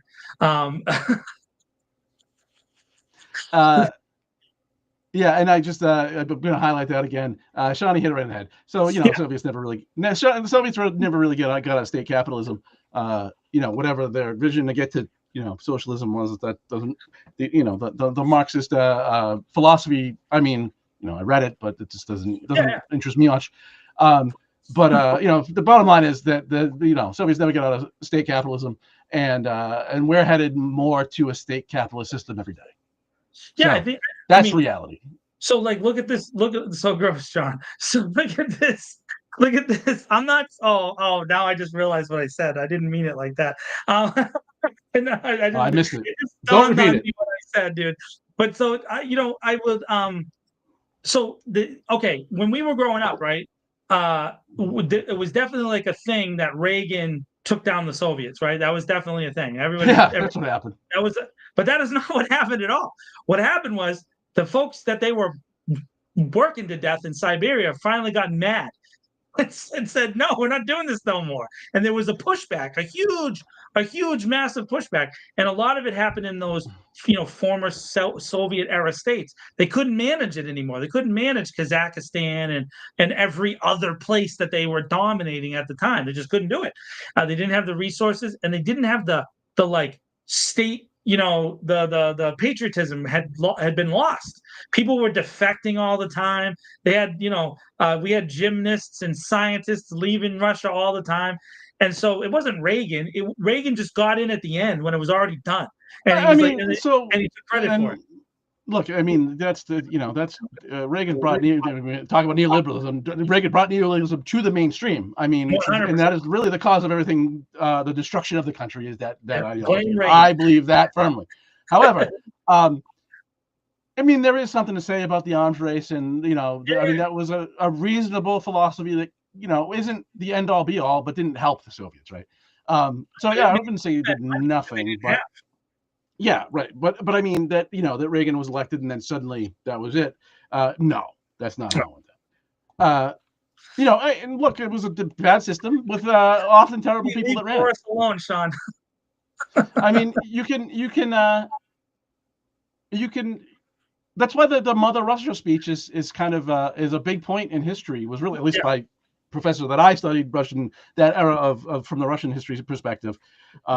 Made a big deal out of the Mother Russia speech because he went on and said, literally, Stalin went on the radio and said Mother Russia, and he did not refer to Russia ever because it was this, expanded Soviet empire or whatever, however he would, I forget exactly how he referred to it.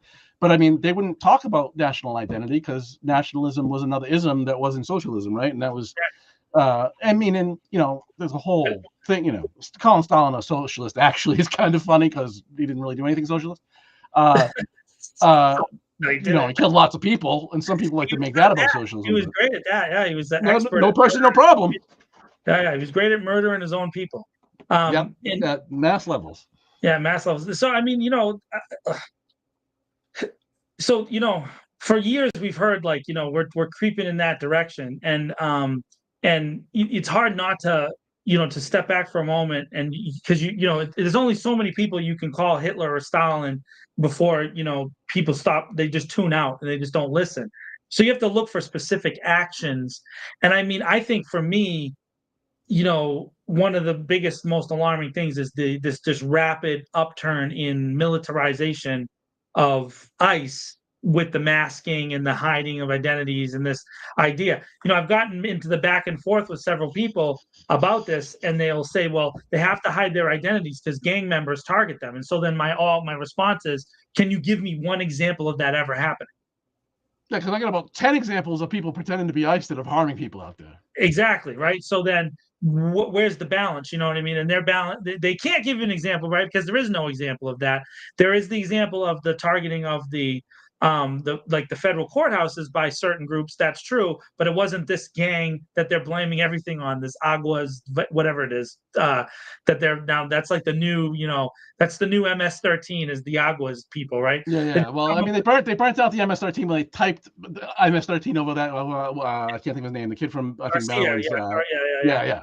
Like literally, it looks like it's typewritten over the picture. It's the dumbest thing I've ever By the seen. way, I don't know if you're following that case, and you go see the two people that are the informants that supposedly informed on him.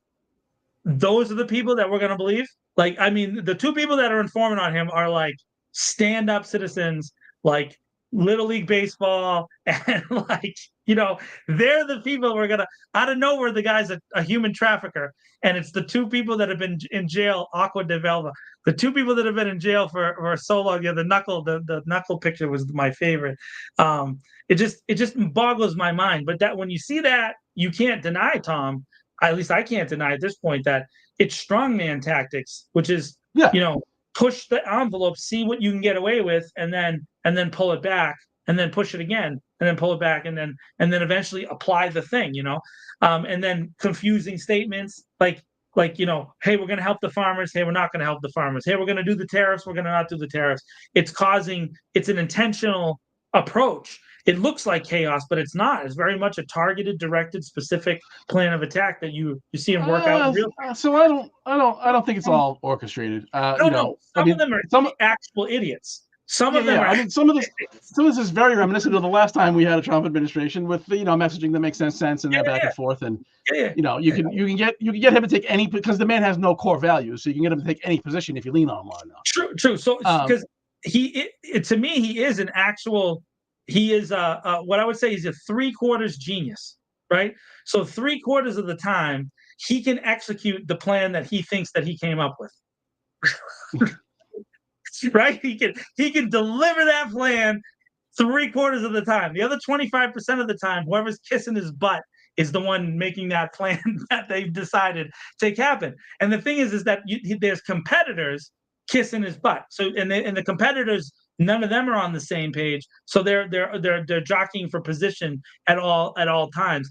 And he seems to like that, and definitely engendered that in his own family. So his own family, and there's a TV show. We actually have a TV show that's a document, in my opinion, of this man's psychology. If you go watch The Apprentice, the 12 seasons that it was on, this nonsensical show, he engendered this kind of weird like competition between his kids that was like kill the last man, like whoever's last man standing is my kid of the month. You know what I mean? So he's doing that with the cabinet, and that's really scary because it's like some of these cabinet positions have unbelievable levels of authority that they're exercising over the country. It's almost funny, but it's not. But it's different though, because it's like it's chaos. It's they've said a lot. They said a lot in his first term. Like, it was a lot of decisions were made on who got to him last, who was the last person to really, right. And you compare that even to somebody who I loathe, the W. Bush administration, where it was written about at the time, well, shortly after he left office, that cabinet members were assigned to take the other side of a position, right? So whether it be, the Iraq War, whatever it might be, right? And if you were assigned to take the other, obviously you have a cabinet of Republicans, you agree on a lot of stuff. So if you're assigned to make the presentation on the other side of the argument, and you didn't go all out, that was your ass. Yeah. Like it was a problem for you if the president thought you didn't go all out to make the case for the other side. Right. That's actually a good trait. I'm not endorsing George W. Bush. Please don't get me wrong. But that's a sign of that's a good management trait. That should be not who gets to you last or who yells the loudest, but that you do these things in an organized way. And even if you're presenting something you don't even believe, you better go to the wall with it. Right. I don't know how many of you like to read the post-presidency books that come out. So there's always like someone who writes a book. Books are great. I love this. But I love those books, so I read them all the time. Maybe my favorite little fact that you can get out of the first Trump presidency is that Mike Pompeo, in his time as he was Secretary of State, right? I forget what Mike. Did he start out as defense? I don't know. Whatever. Mike Pompeo. So Mike Pompeo used to sit outside the Oval Office and this is in like 20 different books that you can read, including Bob Woodward's book. Bob Woodward, sometimes he's a good reporter, sometimes he's also like an axe wielder dude. So it's hard to parse it. But everybody says Mike Pompeo was sitting outside the Oval Office, like all the time when Trump was in the White House, and depending on who came out, would go and knock on the door and say, and then go in and like make sure that whatever his thing was, that person that just went in there, like that. O'Connor programmed the last person that talked because he Which could is, only. Yeah. which is such an awesome little factoid. And then Mike Pompeo himself has gone and said this, like, I tried to be the last. It's a very common refrain. I tried to be the last person in the president's ear on several different things. And so, you know, and I don't know if you guys saw, but recently Mike Pompeo took a shot on CNN, or maybe it was on MSNBC, but he took a shot at Pete Hegseth, because Pete Hegseth said about the plan to bomb Iran that it came from him, and Mike Pompeo was like, no, it didn't. It's been in place since since George Bush the first, and it's been an operating, updated plan on a regular basis for 30 years. Yeah, and so they just pulled that off the shelf. You never see that, though. That's normally something that's inside baseball, but they're like taking shots at it. So it is chaos, and I think the president likes that, Tom. He likes that kind of like internecine warfare that's going on. Is weirdly gets off on it, you know. Is that the real Frederick Nathan, though? I don't know if it's the real one. We can't have the imposter. We've been at this. That is too long again.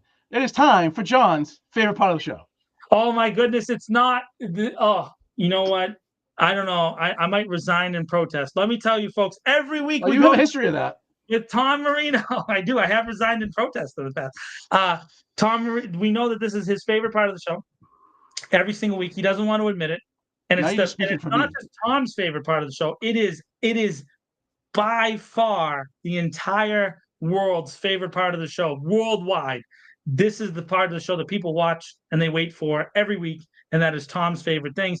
That's where I asked Tom about something that generally has nothing to do with what we just talked about. And Fred proved it, Tom, because Fred came back just to be here for your favorite things. That's why Fred came. That's obviously what happened. So it is summertime, and we did this a little bit last year, but I'm gonna slight adjustment to it. It is summertime. It's hot outside. People like to get those things that are things that. I'm sorry, Sean. That's hysterical. That comment just blew my.